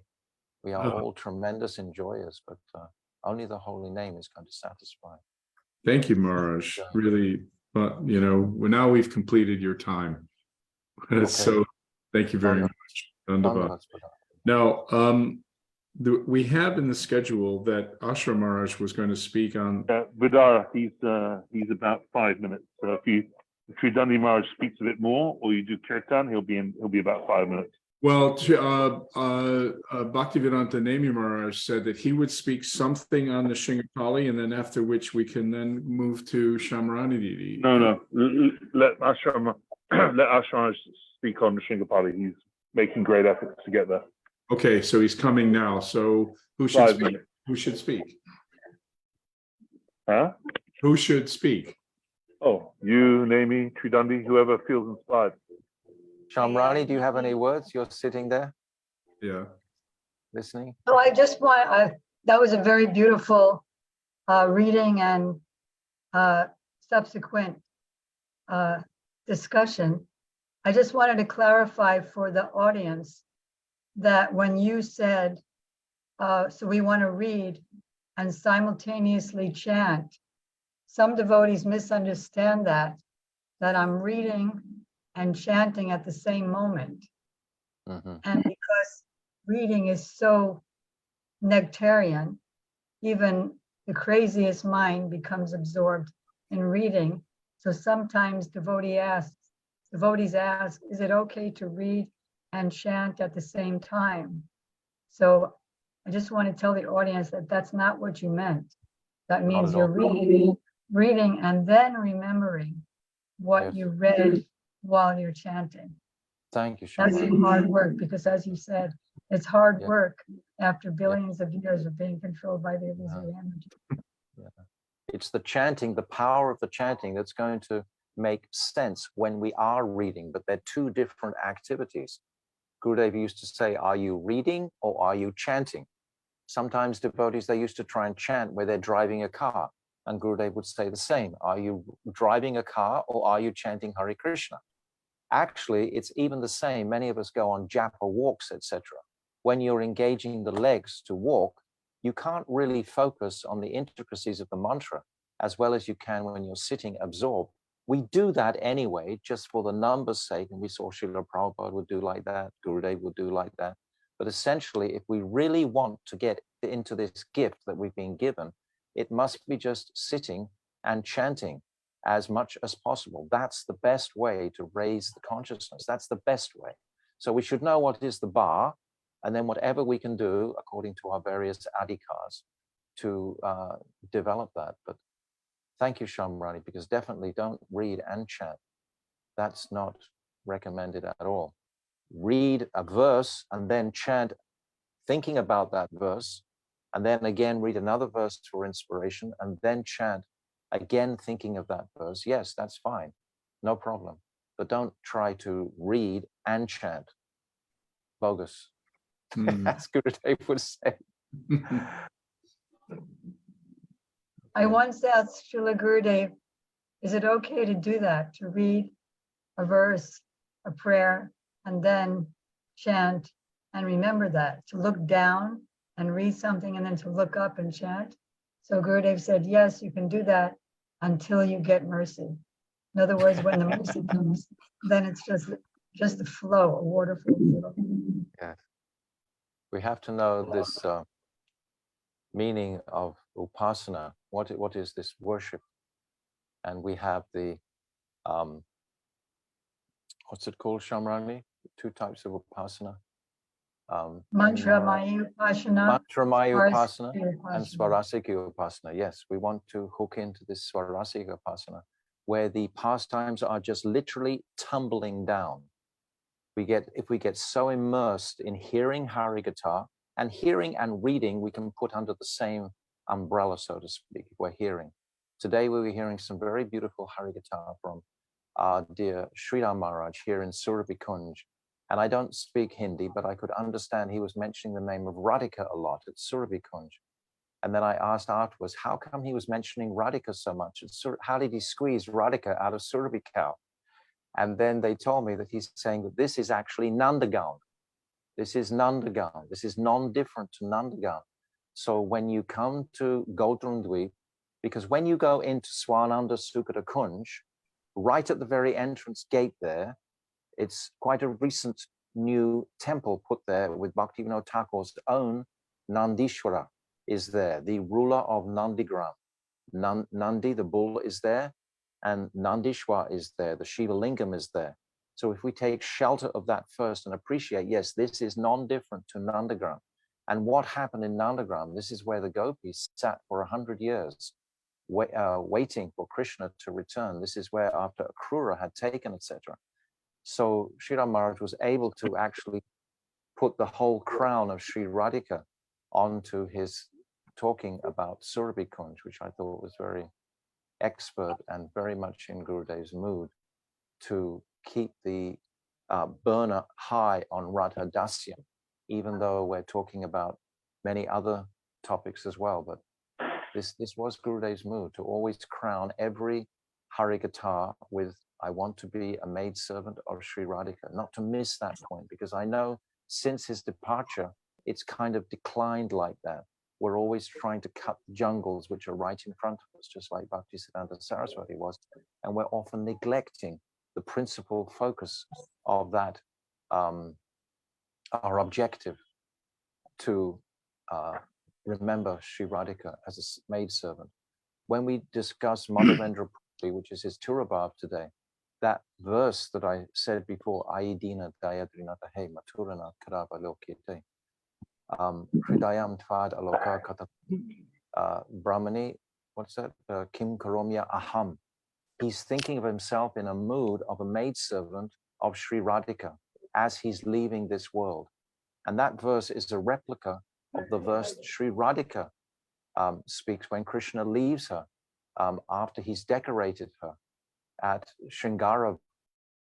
Hey Nata Ramana Prishta, Kwasi Kwasi Mahapuja. Radhika is exclaiming, I'm so fallen and wretched. Why have you disappeared from me? So again, this mood of Sri Radhika is there very prominently with Madhavendra Puripad, who has to be honored today. Our dear most Srila Bhakti Vigyan Bharati Maharaj told us, if we walk past these holy days and don't celebrate these personalities, then it's account for an offense. So Madhavendra mentioned. Maharaj, sorry to interject, but Yashodanandan has suggested that we swap Shamrani as she's here and I believe ready to speak, and so she can go first in the lineup, and then when Ashram Maharaj comes in, then he would go. And it looks like Nemi Maharaj is off the hook for speaking about Nrsimhapali. Are you ready to speak, Shamrani Didi? As ready as Gurudev and Prabhupada will allow me to be. Okay. Thank you so much, Chaitanya Maharaj, for all your explanations and your inspiration. You're part of my meditation in the morning. When I think of Godruma, I think of you're there. So it's nice to know someone there. Trying to be there. Who? I'm trying to be here. I know. It's an effort. With your mercy. Shamarana Didi, would you like to take the floor? Agyanam timirandasya Gyananjana salakaya Chaksuranmilitam yena Tasmai Sri Gurave Nama Gurave Gaurachandraya Radhikaya Krishnaya Krishna Bhaktaya Tadabhaktaya Namo Nama. First, I offer my unlimited obeisances in the dust of the lotus feet of my most worshipful Diksha Gurudev Nityalila Pravishta Om Vishnu Par. Asto to the Sat Shri Shriman Srila Bhakti Vedanta Swami Prabhupada, and the same unlimited obeisances in the dust of the lotus feet of my most worshipful Shiksha Gurudev Nityalila Pravishta Om Vishnu Par. Asto to the Sat Shri Shriman Srila Bhakti Vedanta Narayan Goswami Maharaj, Srila Bhakti Vigyan Bharati Goswami Maharaj, to our Param Gurudev Srila Bhakti Pragyan Keshava Goswami Maharaj, and Srila Bhakti Siddhanta Saraswati Thakur Prabhupada, to all of his divine associates, and to all the beautiful assembled devotees. Thank you for allowing me to purify my tongue here and participate in this wonderful festival. So I've been asked to speak about Naimisharanya in Navadvip. So I have before me the Navadvip Parikrama book and Srila Gurudev's Navadvip this is Navadvip Mahatmya, which comes in the trance of Srila Bhaktivinoda Thakur. That is, he's not writing, but he's seeing and recording what he sees. That is Sri Jiva Goswami, when he was a young boy, about 12, 13, he was the main personality who had as his Parikrama leader, Sri Nityananda Prabhu. So now they've come to Madhyadvip after Godradvip, and after visiting Sapta Rishi Tila, where the 7 rishis, the sons of Lord Brahma, are inquiring from him about Gaura Lila.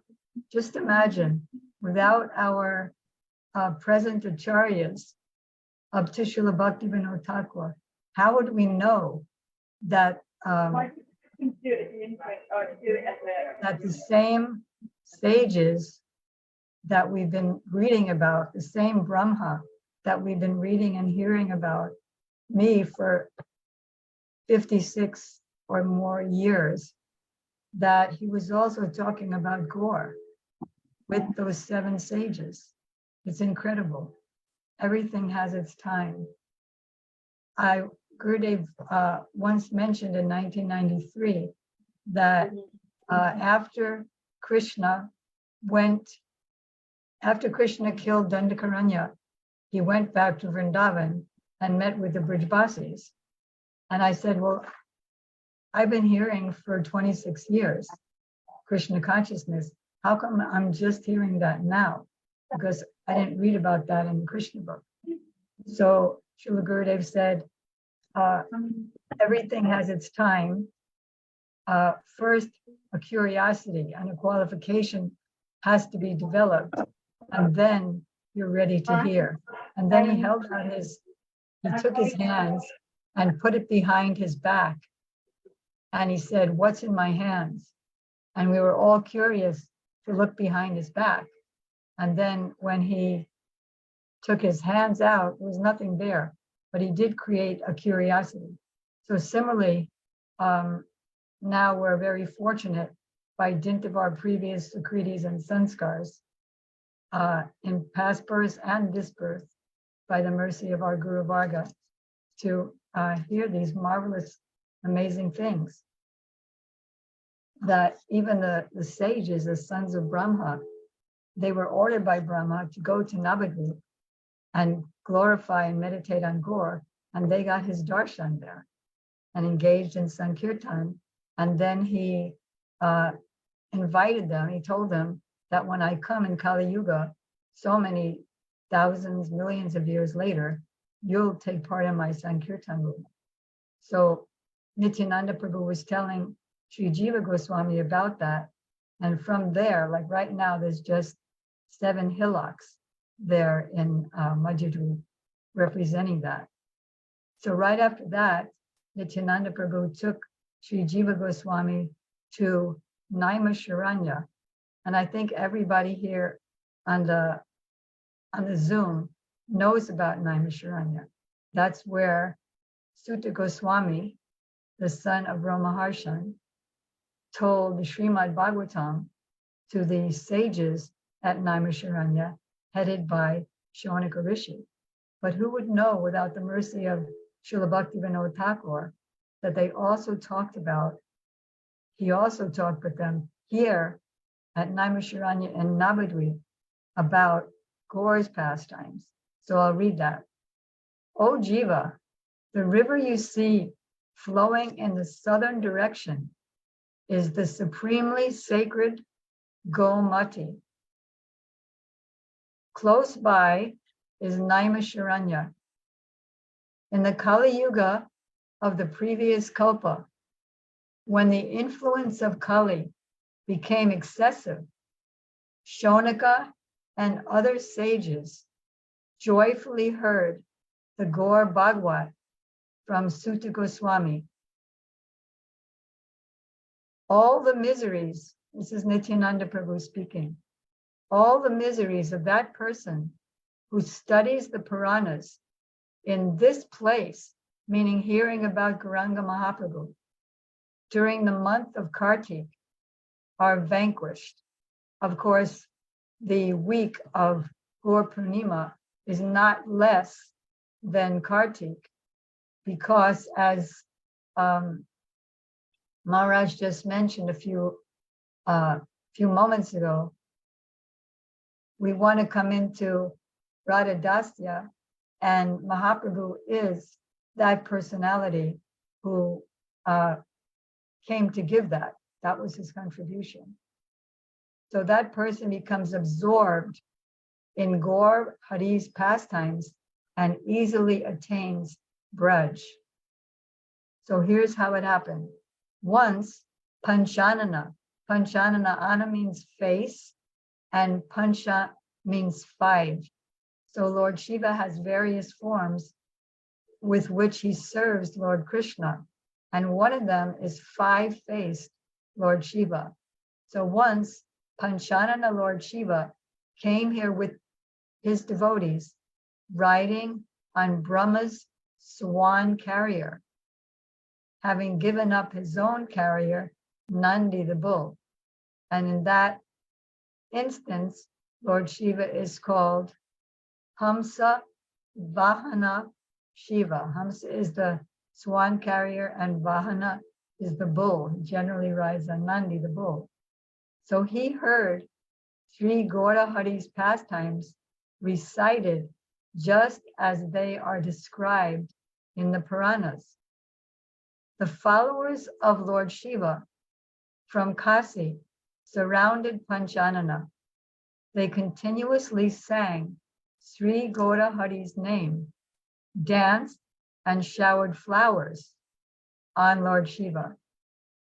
Upon hearing these words of Nityananda Prabhu, Asta Satvik Bhav arose in the heart of Sri Jiva. So again, here's the importance of this Sri Navadvip Parikrama. Who is Jiva Goswami? He's Vilas Manjari in Radha Krishna's pastimes, one of the 8 most prominent Pran Sakis of Srimati Radhika. So he, showing us, he's a Manjari, he came and he's hearing this, showing us that if we want to be Manjaris, for becoming which we were created, then this Navadvip Dham, Naimisharanya, all these holy places are very essential to visit. But here we are in England, here we are, Sridhar Maharaj is in Godubji, but many of us, I'm in Miami right now. So fortunately, we have that verse by Srila Rupa Goswami. If you can't go to Vrindavan, and Navadvip is Bina Vrindavan, non-different from Vrindavan, Gupta Vrindavan, hidden Vrindavan. If it's not possible to be there by body, then be there by mind. So when Jiva Goswami heard from Nityananda Prabhu about Naimisharanya and Lord Shiva's telling his associates about the Gaur Purana, and the same thing was told by Sri Sutta Goswami to the sages of Naimisharanya, the 88,000 sages headed by Shonaka. Not only did he tell the Srimad Bhagavatam, but he also told the Gaur Purana. So amazing. So upon hearing the words of Nityananda Prabhu, Asta Sattvika Bhavs arose in the heart of Sri Jiva, and he began rolling in the dust of that place. How we prayed to Lord Nityananda Prabhu and Jiva Goswami that someday, by hearing these pastimes in Navadvip, we'll also be able to roll in the dust with Asta Sattvika Bhavs. So relishing the influence of that holy place, he was not able to maintain his composure. The devotees spent that day there together with Nityananda Prabhu, and the next day they all proceeded onward to Sri Puskar. So I wanted to show you, because what we're doing in Miami, which I'm sure many devotees in the West are doing, is that we are on Navadvip Parikrama by book and by reading and by mind. So here is Naimisharanya. This is the temple of Panchanana or Hamsa Vahana Lord Shiva, where he was speaking to his associates. So what we do is we all roll in the dust here at Naimisharanya in Navadvip, and we put that dust on our foreheads, our eyelids, our tongue, and our heart and pray for that entrance. So I also wanted to read a bit from the Srimad Bhagavatam about Naimisharanya, because we're hearing practically every day that all the holy places that are all over the universe and all over the world are present in their full feature in Navadvip. Like, for example, all the Vaikunthas are in one little corner of Mahatdvip, Mahatpur, and Puskar, Tirtha, which comes next in the Parikrama schedule, is there in fullness in Navadvip, in only part in his own place. Similarly, Naimisharanya is in part in Naimisharanya and fully manifest in Navadvip Dham. It's like you have all the holy places are like 5 in their own place, or whatever number, and there are a full 10 in Navadvip Dham. So once, I'm reading from chapter 1, canto 1, text 4 of Srimad Bhagavatam. Once in a holy place in the forest of Naimisharanya, great sages, headed by the sage Shonaka, assembled to perform a great 1,000-year sacrifice for the satisfaction of the Lord and his devotees.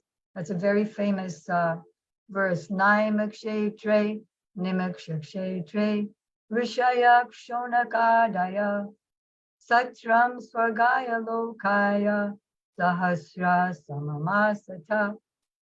And then Srila Prabhupada writes in the purport that in the Vayavya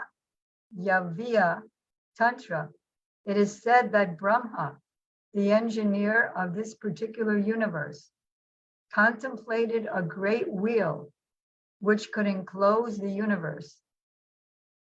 The hub of this great circle was fixed at a particular place known as Naimisharanya.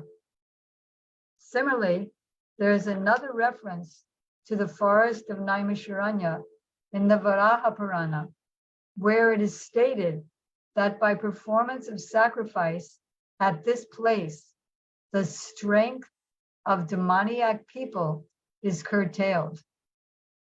The Brahmanas prefer Naimisharanya for such sacrificial performances. The devotees of Lord Vishnu offer all kinds of sacrifices for his pleasure. They're attached to the Lord, whereas fallen souls are attached to the pleasures of material existence.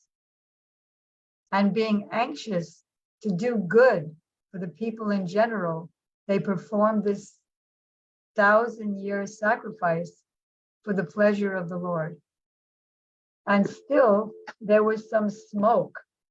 You know, when you do a sacrifice, there's smoke. So there was some smoke. And Prabhupada said, that smoke is Maya. He was once doing a sacrifice. So, but then Sutta Goswami, they approached Sutta Goswami, and for the perfection of their sacrifice, they asked, you know the essence of the Vedas. Please tell us for what purpose the Lord appeared in the womb of Devaki. And they asked so many questions. And then Sutta Goswami began glorifying Srimad Bhagavatam as the essence of the scriptures. So similarly, that same Sutta Goswami is giving the quintessence of the message of the Bhagavatam by the glorification of Sri Chaitanya Mahaprabhu and his pastimes, because we know that without Chaitanya Mahaprabhu and Chaitanya Charitamrita, and without Gaur's abode of Navadvip, one cannot enter into Goloka Vrindavan and become what we were created to become, that is a maidservant of Srimati Radhika. We just heard the other day that when one takes the dip into Barakona Ghat, then it comes out in Keshi Ghat in Vrindavan. So we're very, very fortunate, even us who are in the far off corners of the earth, to by Srila Gurudev and Prabhupada's and Bhaktivinoda Thakur's and our Guru Varga's mercy, we're very fortunate to be performing this Navadvip Parikrama. I just did want to mention that because we are going by book, and even the devotees who are there in Navadvip, they're also going by book. We saw Shripad Tudandi Maharaj, he's in Godrumdvip, and he was going by the book as well. So as Srila Gurudev mentioned so many times, that we don't read the book. We don't even see the book as a book, but say in this Navadvip Parikrama, we put the book to our head and heart and pray, "Oh Prabhu, you are not a book. In this case, you are Srila Gurudev yourself. You are Srila Bhaktivinoda Thakur yourself. You're Nityananda and Jahanava Devi, by whose mercy Srila Bhaktivinoda Thakur saw the darshan of Navadvip Dham in his trance. So please, all of you, and you are Srila Jiva Goswami, who teaches us how to hear about Navadvip Dham Parikrama. Please, all of you, bestow your mercy upon us as we sit here directly at your feet, and as we hear you personally speaking to us. Please shower your mercy on us that we can realize what you're telling us and come out of it as Radha Dasis, and that we become free from all doubt in Tattva Siddhanta, and we get all doubt in the illusory energy of the Lord. In Kali Yuga, when Sutta Goswami is explaining to the sages of Naimisharanya, he's talking about the qualities of the people in Kali Yuga. Prayanal prayushakshabhya kalavasmin jage janaha mandak sumanda matayo mandabhaya hiputritaha. In this age of Kali, men have but short lives. They are lazy, misguided, unlucky, and above all, always disturbed. And therefore, we're so fortunate to be allowed to come on this Navadvip Parikrama to purify our dust-worn hearts. Gaur Premanandi, Panchakalpatru Yashta, Kripa Sindhu Vyevacha, Patitanam Pavanebhyo, Vaishnavebhyo Namo Namaha. Thank you very much, Shamarani Dini. Thank you. We're now going to invite Ashram Maharaj, who I believe is in the room now, to come in and speak about Nrsimhapali. Maharaj, are you there? Yes, I'm here. Okay.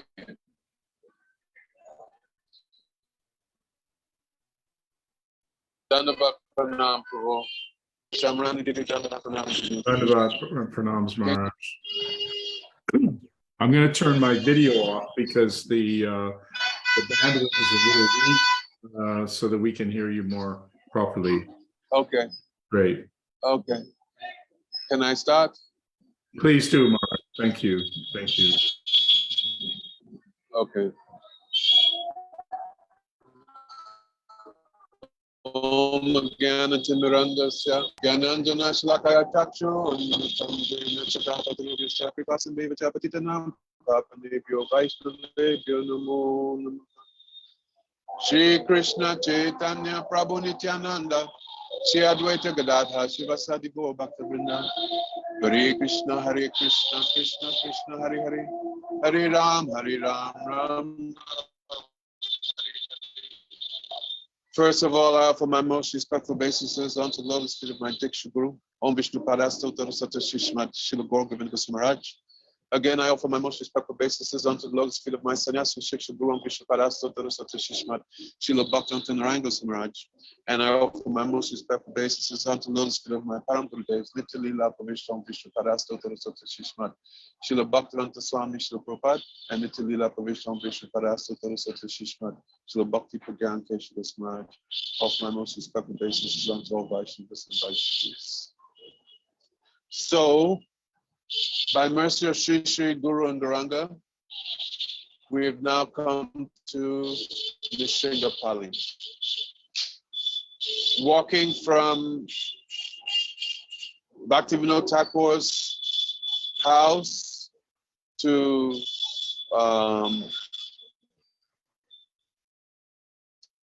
Suvarna Vihar, Harihar Kshetra, and now coming to Nishingapali is quite a long walk. The devotees are quite tired, and are pretty well sprawled out, just waiting for lunch prashad. At this point, as we come to the temple, and behind us is the lake where Lord Nrsimhadev washed his hands after he bifurcated Hiranyakashipu. It's said to be over 1 million years, and it's actually, I was just there.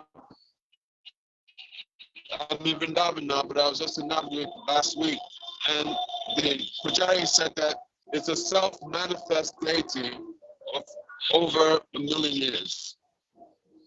So the past time we speak here is that Hiranyakashipu, he was so angry with Lord Vishnu because Lord Vishnu had killed his brother Hiranyaksha.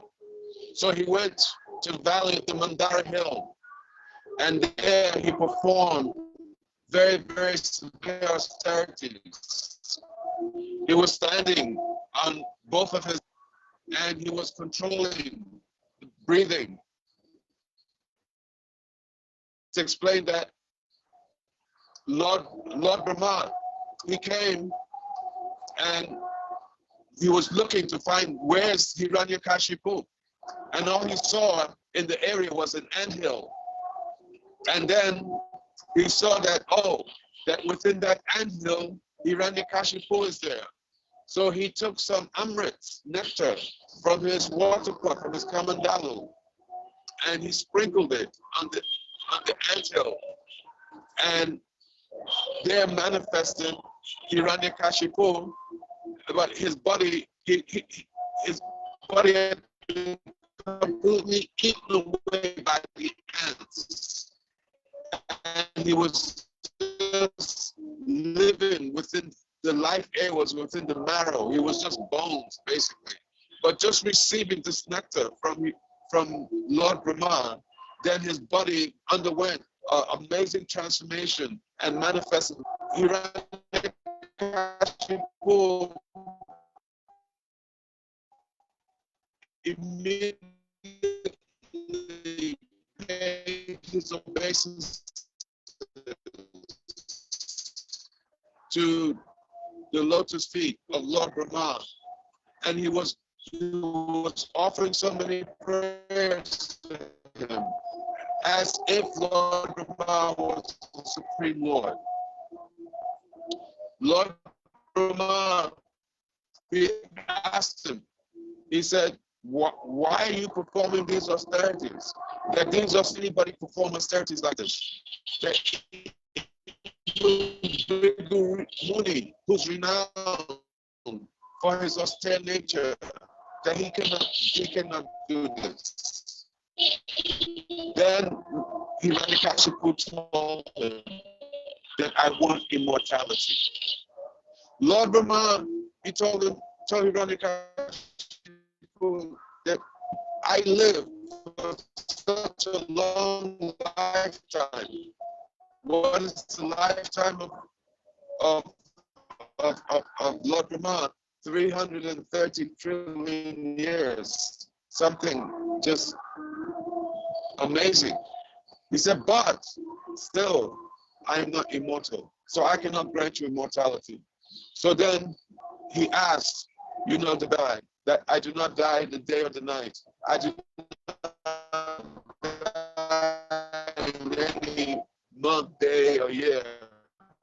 I cannot be killed by any human or animal. And he asks, I cannot be killed in the land, sea, or air. He asked Lord Brahma said to Tashtu, who now getting these benedictions.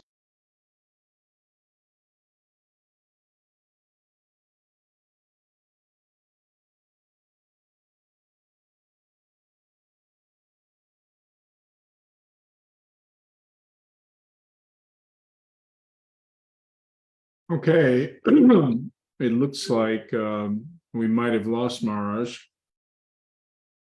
Oh no, there he is. Sorry.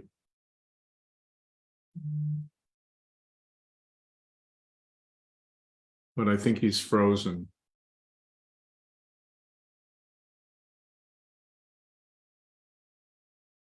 Oh, he's muted. Sorry. So. Okay, can you hear me now? Yes, we can, Maharaj. Thank you. Okay. So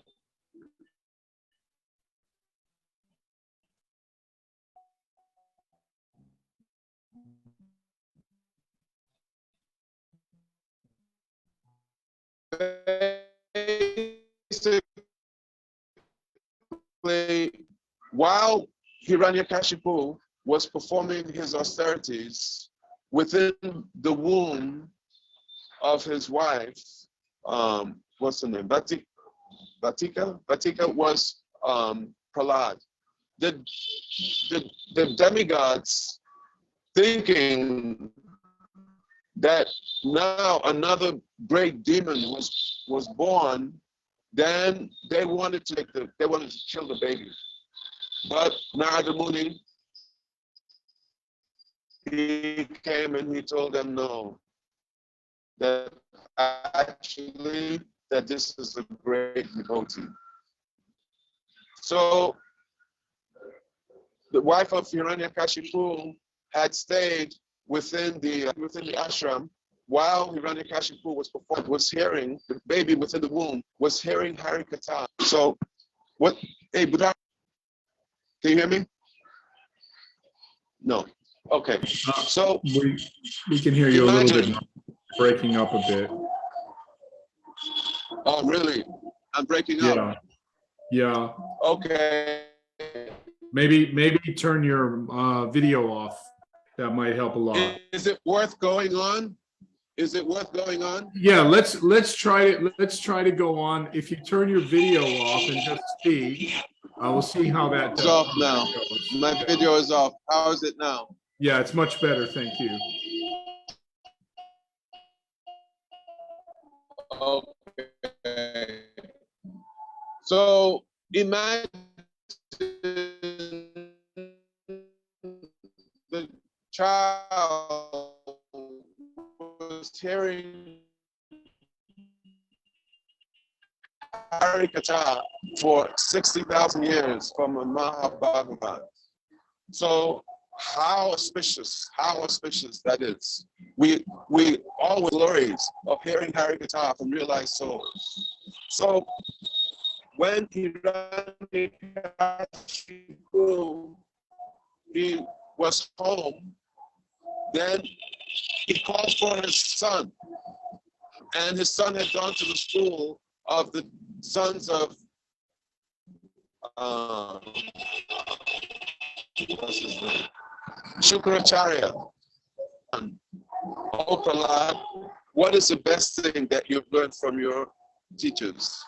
And then Prahlad immediately, Asurabaya Dehinam, Hiba Atma Patam Grihamanda Kupam, Panam Gatoyata Sadhu Manye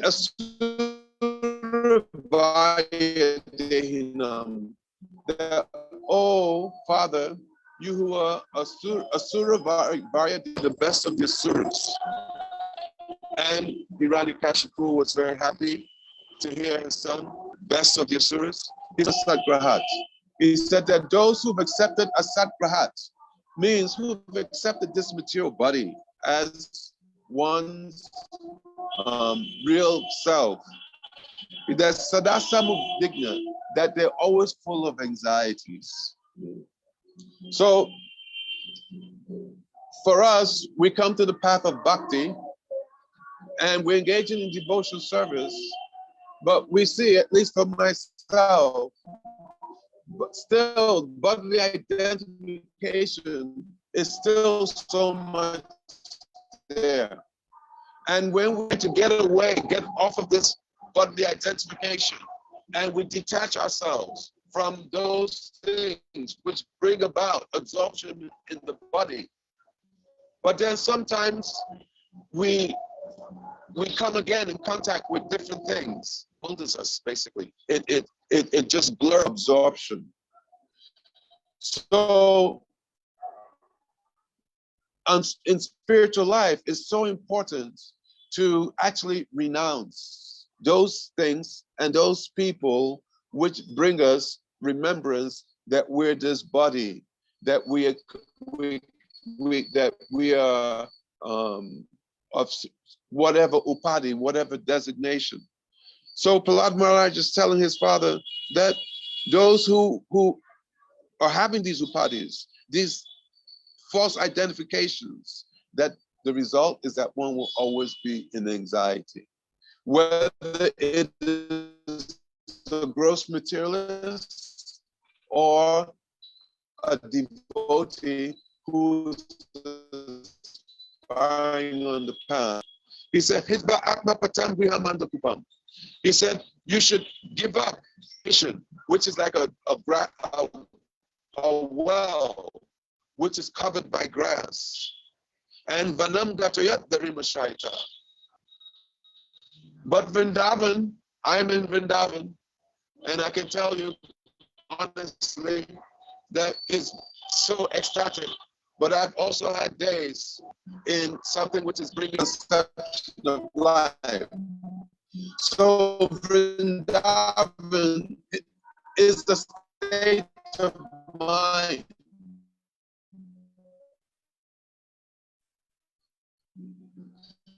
Of course, that state of mind is easily mostly attained in the Holy Dham. But we have to practice that Navadvip consciousness. This Andakupam, that what is that there's a boy who's in the forest. He runs and there's a well which is covered by grass. And then he sees that the well, there are two branches growing out of the sides of the well. And he lowers himself into the well and he's holding on to these branches. Then coming, hovering over him is this tiger, and the tiger is roaring and he's looking up and he's just seeing the jaws of death.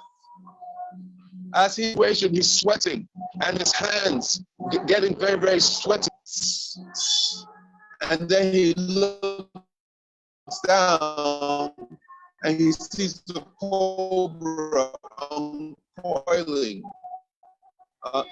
hissing at his feet.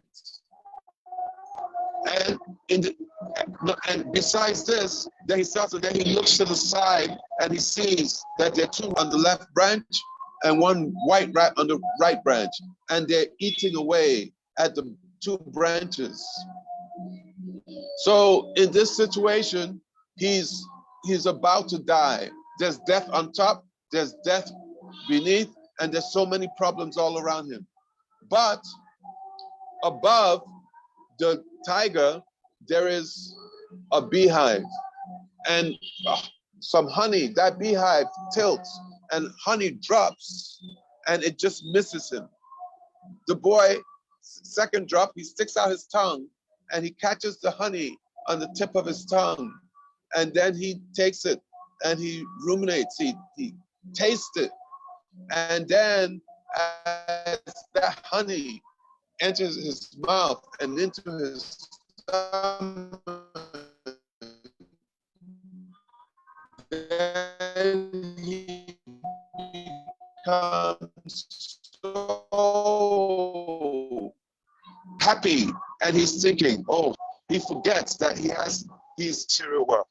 That the material of something for the tongue, the eyes, the ears, the nose, the sense of touch, that Maya is always presenting these objects to lure us into this state of complacency where we think that it's all right. Not only do we think that, oh, there's so much Ras here. And this is just Maya. Because the actual reality is that above us is death. That to the sides, the two rats, and the branches represents black rat represents night and the white rat represents daytime. And they're eating away at the branches, meaning that that in due course of time, when our allotted period of breaths are finished, then those branches are going to break, and then we're going to fall into that pit of snakes. And the snakes, they represent unlimited miseries which end in death. This is the situation in the material world. But due to Maya, due to illusion, we think that it's okay. So Prahlad Maharaj is telling his father, oh father, it's not okay. That it's not a tiger that's going to kill you. It's a lion, a half man, half lion. He said, Vanam Gatayat Darim Mashaita. He said, you should go to the forest, go to Vrindavan. What does that mean? That means that you should go and you should take shelter of very good sadhu sangha. You should hear from the lips of sadhus who are realized souls, those who are free from this illusion of material world. And hearing from them, you should absorb yourself in Vrindavan consciousness. That means you should be focused. Very, very important. He tells Father, you give up your focus on materialism and you be focused on performing devotional service. And do not go left, do not go right, do not go up. And in this way, then you can enter into, Father immediately called teachers. He said, oh, there's been a spy who's entered and has contaminated my son. Some Vaishnavas have been preaching to him, and now he's taking up the philosophy of the Vaishnavas. Please, you take him and you deprogram him. So then Sanda Namaka, they took Prahlad and they asked Prahlad, where have you learned all this? He said, oh, he would not tell them that he was within the womb of his mother hearing Harikatha for 60,000 years. He just said, this is just coming naturally to me. So after hearing from his teachers, but he was apparently hearing, but within his heart, he was just remembering all the instructions that he had gotten from his Gurudev. And then again, his father, he called him. He sat Prahlad on his lap. He said, Prahlad, now you tell me, what is the best thing that you've learned? And then his father, is it clear? Is it okay? His yes, father, Maharaj, he told him. It's working. Prahlad told his father. It's very Shravnam Kirtanam Vishnu. Okay. He told him, Shravnam Kirtanam, Father saved him, Archam Badadasim Sakyam Atmani Vedanam. Itipum Sapita Bhagatada Tanmane Ditam Uttamam. He said, Father, the best thing I've heard is that one should do Shravnam. One should hear from sadhus. Kirtanam. And one should engage in chanting. Sri Chaitanya Mahaprabhu, he told his associates, he said, Prabhu kohe kohilan, e Mahamantra. He had my friends, oh my brothers. He says, I am asking you one thing, that every day that you should chant one Nirbandha rounds.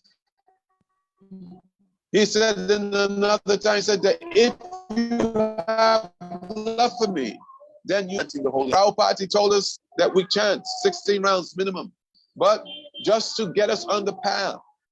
But then after that, he knew that the sweetness of the holy name when chanted in the association of pure devotees, that this will give us taste to want to chant more and more and more.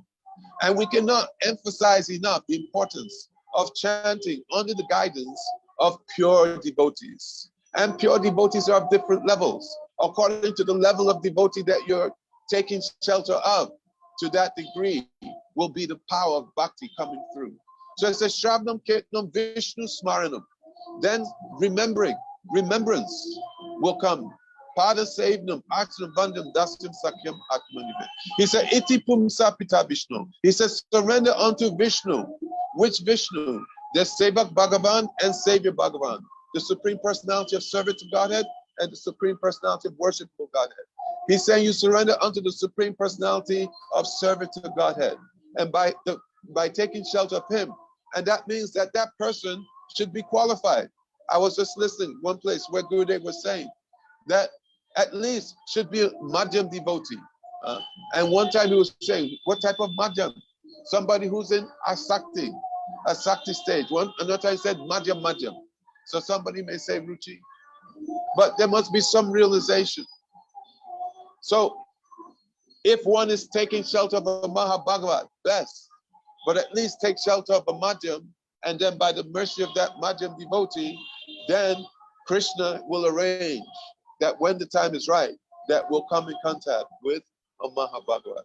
He said, Iti Pumsapita Vishnu Bhakti Chandava Lakshana. That by this, then one will be able to achieve one's goal. The father became so angry. How much time have I got now, Budar? Maharaj, you've got about, let's say, 3 or 4 more minutes, please. Okay. So then the father, Hiranyakashipu, he became so irate. He went to Sandanamaka and he told Sandanamaka, he said that, oh, you're cheating me, that you're teaching this boy. And Sandanamaka said, no, it's not coming from us. That this is coming to him naturally. That we would never do such a thing. And in this way, so many other verses are there, Mate and Krishna. He asks, Prahlad was asked by his father, so where have you learned this? If you have not learned this from your teachers, who has taught you? Then Prahlad said, Mate and Krishna parato satova, mito bibadete griha vratanam, adanta gobye vishatam tamisham, puna punaschavita chavananam. He said that Matena Krishna Parato Swatova, that no materialistic person could teach me this. And even if you have a conglomeration of so many materialistic people, that they could not give me this knowledge. Just like you have a firefly. If you have thousands and hundreds of thousands of fireflies, then they'll not be able to light a fire. So similarly, you may have so many people who are giving knowledge, but if there's no realization, then it will not light the fire of bhakti within the heart. He said, Adanta Gobir Vishatam Tamishram. He said that actually the knowledge which comes from materialistic people is like just chewing the chew. Examples are there that Gurudev has given, but there's no time. So then finally, the father became so angry, he said, Prahlad, where is your Vishnu? Prahlad said, he's everywhere. He said, oh, so is he in this pillar? And Prahlad, he said, yes. And then Hiranyakashipu, he took his sword and he went, hit the pillar, and then Lord Nrsingadev, he appeared in a very ferocious form. I only have 1 minute. So we know that in due course of time, Lord Nrsingadev, he sat Hiranyakashipu on his lap, and it was twilight. It was not day or night. It was not underground, land or sea. It was not inside or outside. It was on a leap year and fulfilling the promises of Lord Brahma. Then he liberated Hiranyakashipu. So at that time, Lord Nrsingadev was manifesting such an angry form, Ugra Nrsinga, that the demigods were there. Lord Shiva was there. Lord Brahma was there. Lakshmi was there. And Lord Shiva and Lord Brahma, they were hesitant. They asked Lakshmi to go And Lakshmi, she would not go herself. And finally they asked Prahlad. And Prahlad, without a fear, he went and he took shelter of Lord Nrsingadev. Lord Nrsingadev, he said that, oh, I want to give you a benediction. I apologize for coming so late and you having so much inconvenience. Prahlad, he said that, oh, please, I do not want any to receive a benediction for my devotional service, because then it would be like business. That I come from a family of demons. So we are used to doing business, but please do not tempt me like that. Lord Nrsingadev said, I have to give something. Then Prahlad said, then you grant. He said that, oh, I apologize for my father. Please, you give mercy to him. He said that your father, that not only him, but so many generations before and after, they've been liberated. He said, please, you ask another benediction. He said, I ask a benediction that within the core of my heart, that there be no material desires. Lord Nrsingadev said, Prahlad, in your heart, there are no material desires. So please, you ask something. And then he asked that, oh, please, that those who are engaged in so much sinful activities, please let their sinful activities come to me, and please, you forgive them and you liberate them. And then Lord Nrsingadev, his heart was melted. And in this way, he acquiesced to the desires of Prahlad Maharaj. So we come to this place, Nrsinghapalli. This place, Nrsinghapalli, is in Godrumdvip. It is in the island of chanting. And here we pray to Lord Nrsingadev that, oh Lord Nrsingadev, please mercifully remove the obstacles to my bhakti so that I can be completely one-pointed, focused. There's a saying in the West to put the pedal to the metal so that I can put the pedal to the metal continuously without break, and in this way engage in devotional service in a way that my guru, Srila Gaur Govinda Maharaj and Srila Bhaktivedanta Narayana Goswami Maharaj, which they expect from their disciples.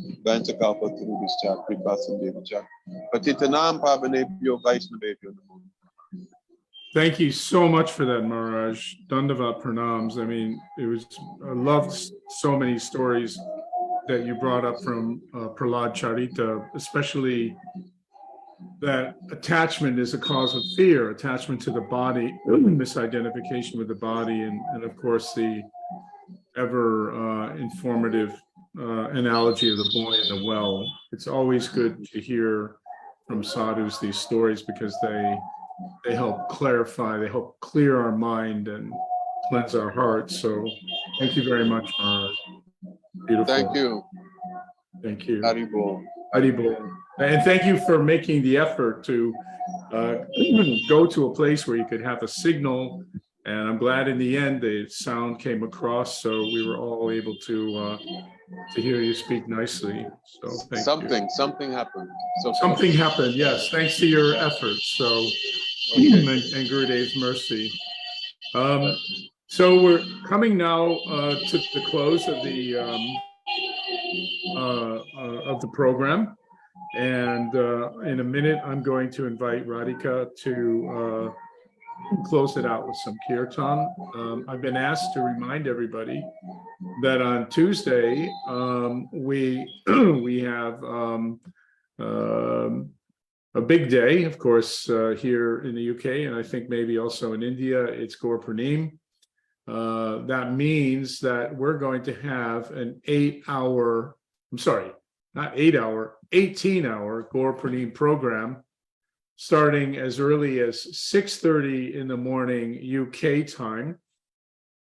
And we're going to have some fantastic speakers that we'll all be inspired by and learn a great deal from, 28 in number. And we're going to go from 6:30 in the morning to 1 in the morning the following calendar day, which means that everybody from all the different time zones globally will have a chance to speak and hear Harikatha. So maybe you don't have the stamina for the whole program, but at different times in the day when you're available, you can tune in and really remember the pastimes of Sri Chaitanya Mahaprabhu.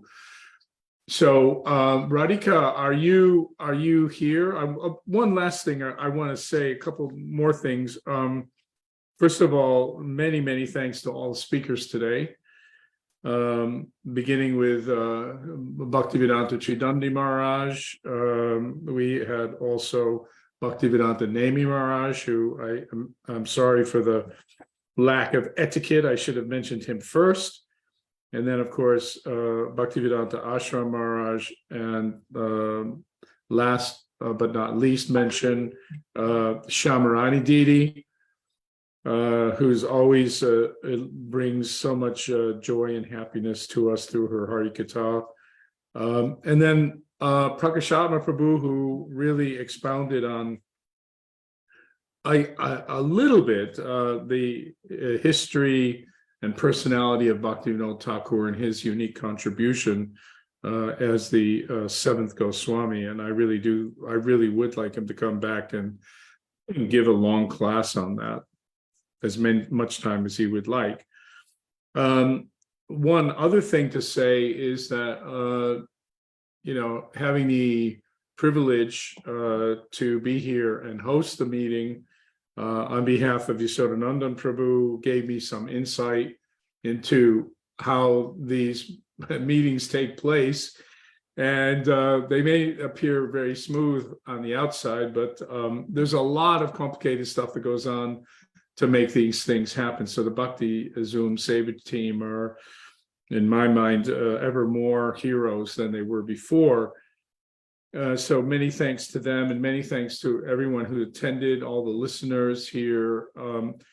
So I'd like to just now pass it over to Radhika to close us out with a little bit of kirtan. Thank you. Please. Radha Krishna bol bolo re so bhai. Radha Krishna bolo re so bhai. Shiksha diya sabna diya kichne chigoni jaye. Shiksha diya sabna diya kichne chigoni jaye. Micha maya bashe jacho beshe kacho budu bubai. Miche maya bashe jacho beshe kacho budu bubai. Radha Krishna bol bolo re so bhai. Radha Krishna bol bolo re so bhai. Jeev Krishna hai das ehi vishwas korle to ar dukha nai. Jeev Krishna das ehi vishwas korle to ar dukha nai. Krishna bolbe jabe phula khabe jabe aanki boli tai. Krishna bolbe jabe phula khabe jabe aanki boli tai. Radha Krishna bol bolo re so bhai. Radha Krishna bol bolo re sobar. Radha Krishna bolo sange chalo. Ei matra bhiksha jai. Radha Krishna bolo sange chalo. Ei matra bhiksha jai jai. Sakha vipar bhakti vina bole jakuno nangai jai. Sakha vipar bhakti vina bole jakuno nangai. Radha Krishna bolo bolo re sobhai. Radha Krishna bolo bolo re sobhai. Hare Krishna Krishna Krishna Hare Hare Hare Rama Rama Rama Hare Hare Hare Krishna Krishna Krishna Hare Hare Hare Rama Rama Rama Hare Hare Hare Krishna Krishna Krishna Hare Hare Hare Rama Rama Rama Hare Hare Hare Krishna Krishna Krishna Hare Hare Hare Rama Rama Rama Hare Hare Hare Krishna Krishna Krishna Hare Hare Hare Rama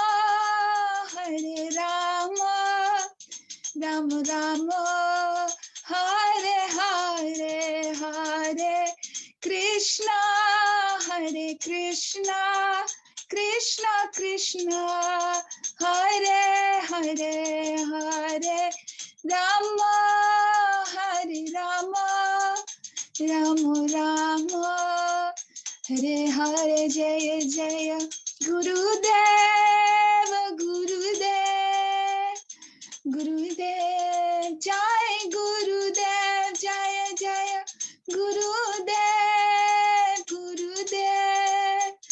Gurudev Jaya Jaya Gurudev Jaya Jaya Prabhupada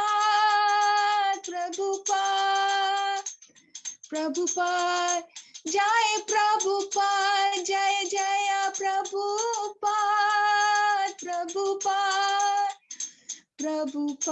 Jaya Jaya Prabhupada Nitai Gaura Hari Bol Nitai Gaura Hari Bol Nitai Gaura Hari Bol Nitai Gaura Hari Bol Nitai Gaura Premanande Hari Bol.